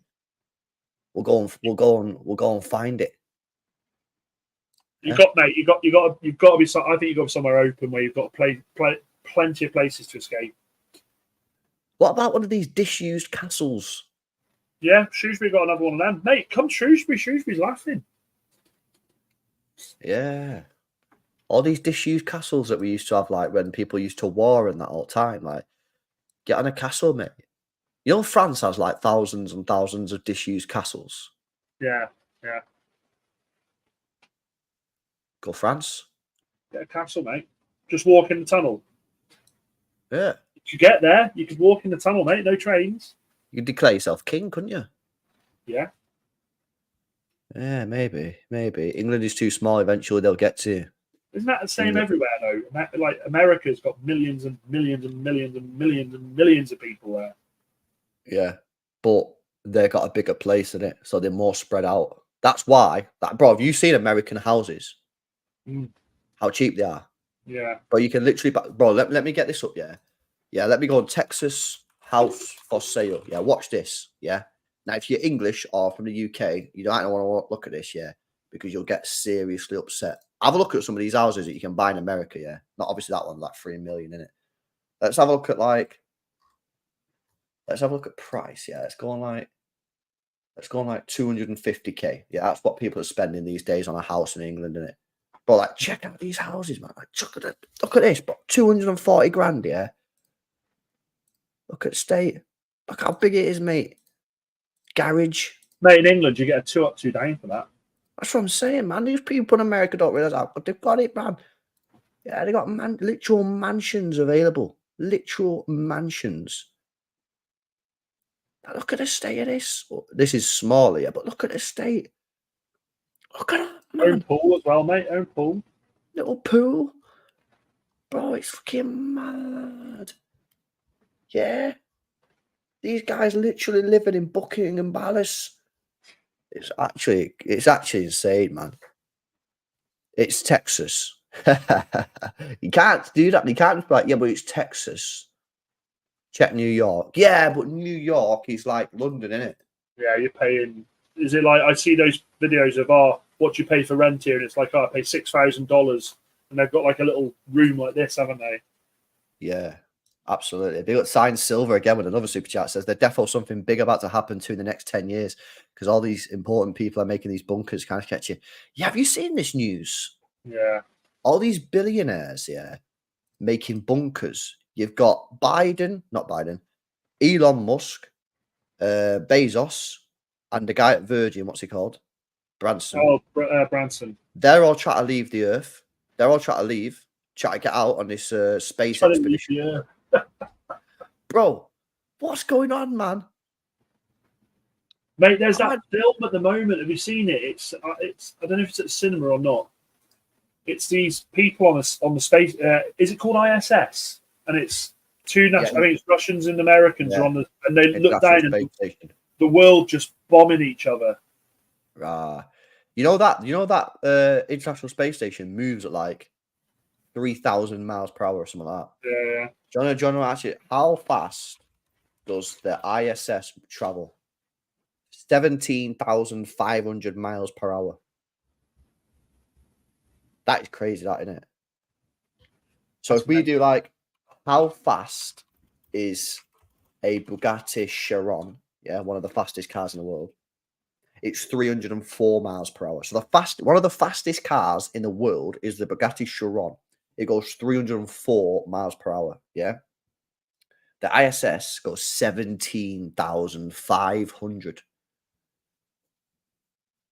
So how many times quicker is that? Well, 10 Chirons will be 3,000. So 20 would be 6,000. 30 would be 9,000. It's a lot of Bugattis. Yeah. how that's ridiculous. Crazy, isn't it? That's ridiculous. Yeah, it's actually wild, man. But yeah, listen, space is something that someone put in the chat before. Good question. Are you more scared about if you were given the option? Right, Dan, I'm sorry, mate. You've been selected for a special mission. You can't say no. You got to go. Yeah. But you can choose the mission. There's 2 missions that you can choose. We're going to send you to the deepest part of the ocean on this planet. Oh, We're talking thousands of miles. Let me see. they reckon there's lost cities and everything under there, don't they? The deepest part of the ocean is called the Mariana Trench. Yeah. It is located in the Pacific Ocean, and it's the deepest oceanic trench on Earth. The maximum they don't even know the length because they can't calculate it because it's so deep. But they know that it's at least 10,984 meters. How many miles is that? 10,984 meters in miles. 6 miles. It's actually, it doesn't sound that bad, really, does it? Yeah, but Maybe mate, like the ocean, mate, they reckon like the megalodon's still down there and everything, don't they? They reckon there's like life down there. 6 miles, man. You can't be having that. 6. You telling me 6 miles? That isn't deep. Yeah, but Sure. what's the other mission? What's the other mission? Huh? What's the other mission? Oh yeah. So the other mission, yeah, like ignore the pressure though. Like the pressure's all fine and that, yeah. The other mission is we're going to send you to Mars or send you into deep space. I think I'd rather go space, mate. I'd go space if it wasn't going on another planet. Honestly, I wouldn't want to go down there. I think something dodgy's at the bottom of that ocean, mate. Yeah, I agree. They reckon there's all sorts down there. Yeah, nah, fuck that, man. I'd rather go space, honestly, because at least space, yeah, you know what's up there because we can like people have been up there and like you got cameras and that Google Earth, but the sea, nah. I reckon there's some creepy stuff down there, mate. Yeah. Have you seen that video of that guy who went to the ISS? He's a what's it called, astronaut, yeah. And no, he's not. Yeah, he's an astronaut. Oh, is he an astronaut? No, he's an astronaut, but he also done like deep sea exploration. And he said like he was in the deep sea, like not as far as that, obviously, but like he was in deep sea, like thousands of miles down, or like not thousands of meters down. And like obviously it's pitch black. He's got a torch on, but the torch just doesn't do anything because it's like unless you're literally at the thing, like the torch just the light just gets absorbed. It's like a black hole, right? Absorbs the light. And then he said like he was doing whatever, and then he said he turned around, right, and he's seen these big 2 eyes on these tentacles, bro. Like imagine my arms are tentacles. These 2 eyes just looking in his face like this. Yeah, nah, because you're not getting that in space, innit? At least in space, you're seeing what's coming towards you. Yeah, you're not going to see some creepy fucking thing like that. I'm not. Nah, I'm taking space all day long, man. I'm taking space all day long. I ain't going down 7 miles deep. Nah. I remember back in like 99, 2000, there was a live stream, like the live feed of this submarine going down and down and down. And they were just picking up all this fucking life that they'd not seen before. Hang on, it's a cough. Not for me. I'll go space. I'm scared of heights, but I'll go space. I'll take the chances up there. Yeah, man, same here. Same here. Chat, what you doing? Space or ocean? I think the ocean's dodgy, mate. Because the thing is, yeah, there's stuff down there that we don't know about. In space, we know what's there. You know what I mean? Like, we've seen it. So I'm taking the space. I'm not having the sea, mate. No. Yeah. I'm ignoring the pressure bit though. I'm pretending like, imagine the pressure's fine. Imagine we can deal with the pressure. Then, like, what is your answer? And I'm taking space, man. Honestly, watch the documentary on deep sea creatures, Brits in Spain. Mate, No, the other thing with space as well. In Spain, I said. The other thing with space as well is if there's something wrong with your ship, you've got like you've got your astronaut gear to go out there and try and check it. If there's something wrong with this thing that you're in, Fucked. You can't go anywhere. Nah. Or imagine, right, you're down there and you just see a little spurt of water starting. You think, nah, fuck that off, mate. It's like, Joe, with that fucking submarine thing. Yeah. That was grim. I honestly found that so grim, mate. yeah. You know what I mean? They reckon they knew about it, didn't they? They reckon that they'll have. Well, hopefully they didn't. Hopefully they didn't, because that's grim. Yeah. But obviously that guy turned out to be a dodgy guy, and apparently it's all coming out now that like the people in the company warned him about it, and he should have really, like, why did no one fucking look into that? You know what I mean? From outside, where's the regulation? Yeah. Didn't they sign disclaimers as well? Yeah, they would have signed disclaimers and that in it, but like, they're still, that's it. Man used a game controller. Bro, imagine if you got on a plane, yeah, and the guy was like, right, lad, Dan, don't worry about it, bro. Tonight, I'm flying a plane on an Xbox controller. I'd say open the fucking door. I'm not. I'll go to Wales on holiday. Yeah. Nah, something. That's not right, man. So someone's got to go to prison or something for that. You know what I mean? It's like this. Have you seen this post office fucking thing? Sickening. Oh my god, mate! This post office scandal, yeah. It's got me right. I'm watching the inquiry, mate. 3-hour-long inquiry videos. I'm watching it, mate. Yeah. It's a disgrace. These people.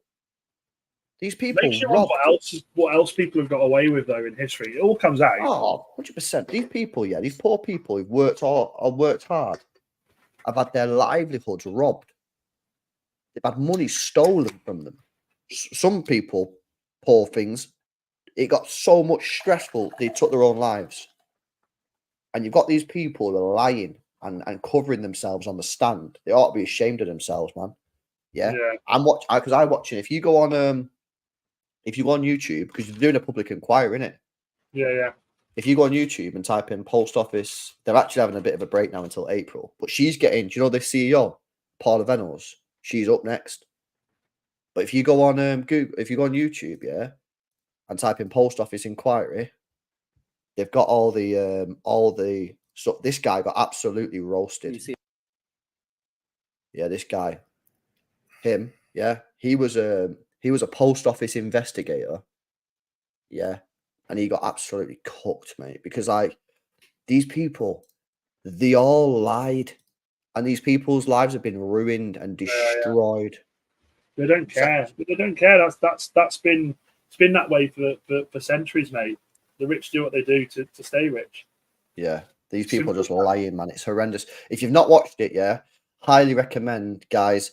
ITV player. If you're outside the UK, get on VPN and watch Mr. Bates versus the Post Office. Yeah, it's only 4 episodes, 1 hour an episode. I binged it all in one day, and then watch somebody. And then that's obviously a program, not like based off a thing. And then get on these inquiries, mate, and watch some of these post office investigators. They all lie, man. It's horrible, and they just get away with it. Hopefully, they don't get away with it. Ocean all day. I want to go to Atlantis and chill with Ariel and sing Under the Sea with that crab fella. Absolutely. Mate, someone put in the chat there, and it's fucking right. There are animals that can withstand all that pressure and live there. Yeah, absolutely. Yeah, that's weird, isn't it? 100%. Big up to Sign the Silver, man. You've been on it today with the super chats. What's it about briefly? Okay, really briefly, 30 seconds. the post office people who ran the post offices before 2000, at the end of the week, when they were doing their checks to see how much money they had, it was all done manually. Yeah. So they do it all manually and work out how much money they had. And obviously, when they do the checks should say, right, you should have £3,000 in cash. And then they count the cash and say, right, I've got £3,000 buzzing.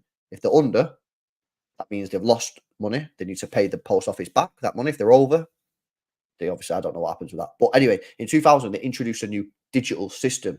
And at the end of the week, every Wednesday, the computer would say, right, count your cash. This is how much cash you'd have. And then they'd count the cash and they'd be well down. There'd be thousands and thousands of pounds down. Right. And you have to pay that back to the post office. Turns out the system was broke. The system was telling them the wrong amount. And these people, yeah, they had to pay back like 40, 50,000 pounds back to the post office. Some of them went to prison. Yeah, because basically the post office said you were thieving, you were robbing the money. So some of them went to prison. They lost the jobs, they lost the houses, they lost the relationships, the families broke down, and all these people at the post office knew, man. They all knew. Yeah, and then the people investigating were shocking. Watch the inquiries, man. I'm saying you don't have to be like a clever person to understand that they're all lying. Yeah, it's shocking. It really, really is. It's bad, man. It's so sad. But yeah, Paula Venel's the CEO at the time. She's up next on the inquiry. She's going to get ripped. I hope she goes to prison, mate. I think a few of them will, won't they? They'll want scapegoats. They'll want to utilise them one day.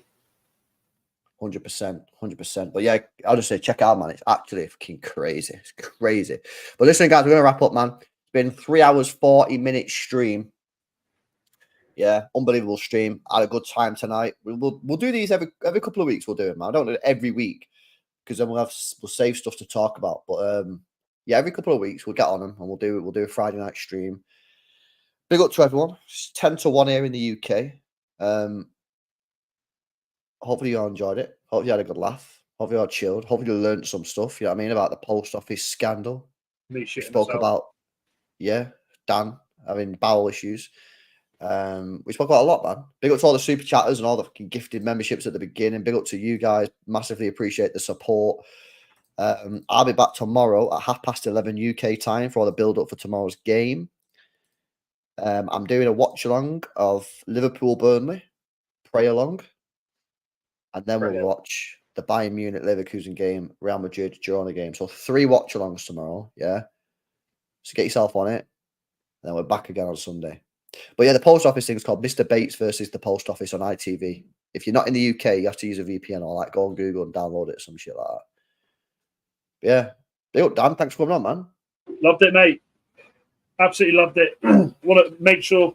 Sorry, excuse me. Definitely want to come on again. Really, really enjoyed it. I love the fact that on these streams, mate, we go from Southgate picking Mainu, me shitting myself. What would you do? Would you go to space or go down into the bottom of the ocean? Good. Where else can you do that? Where else can you do that? Top stream, man. Honestly, Unreal. top stream. Let's give it a couple of weeks and then we'll get another one done. Guys, enjoy the rest of your night wherever you are. I'll see most of you tomorrow, 11:30 UK time. City versus Everton. Let's see if we can go top of the league. Enjoy the rest of your night, guys, and I'll catch you in the next one. Big up to everyone again that has donated our gifted membership. Massively appreciate the support. See you later. Peace out.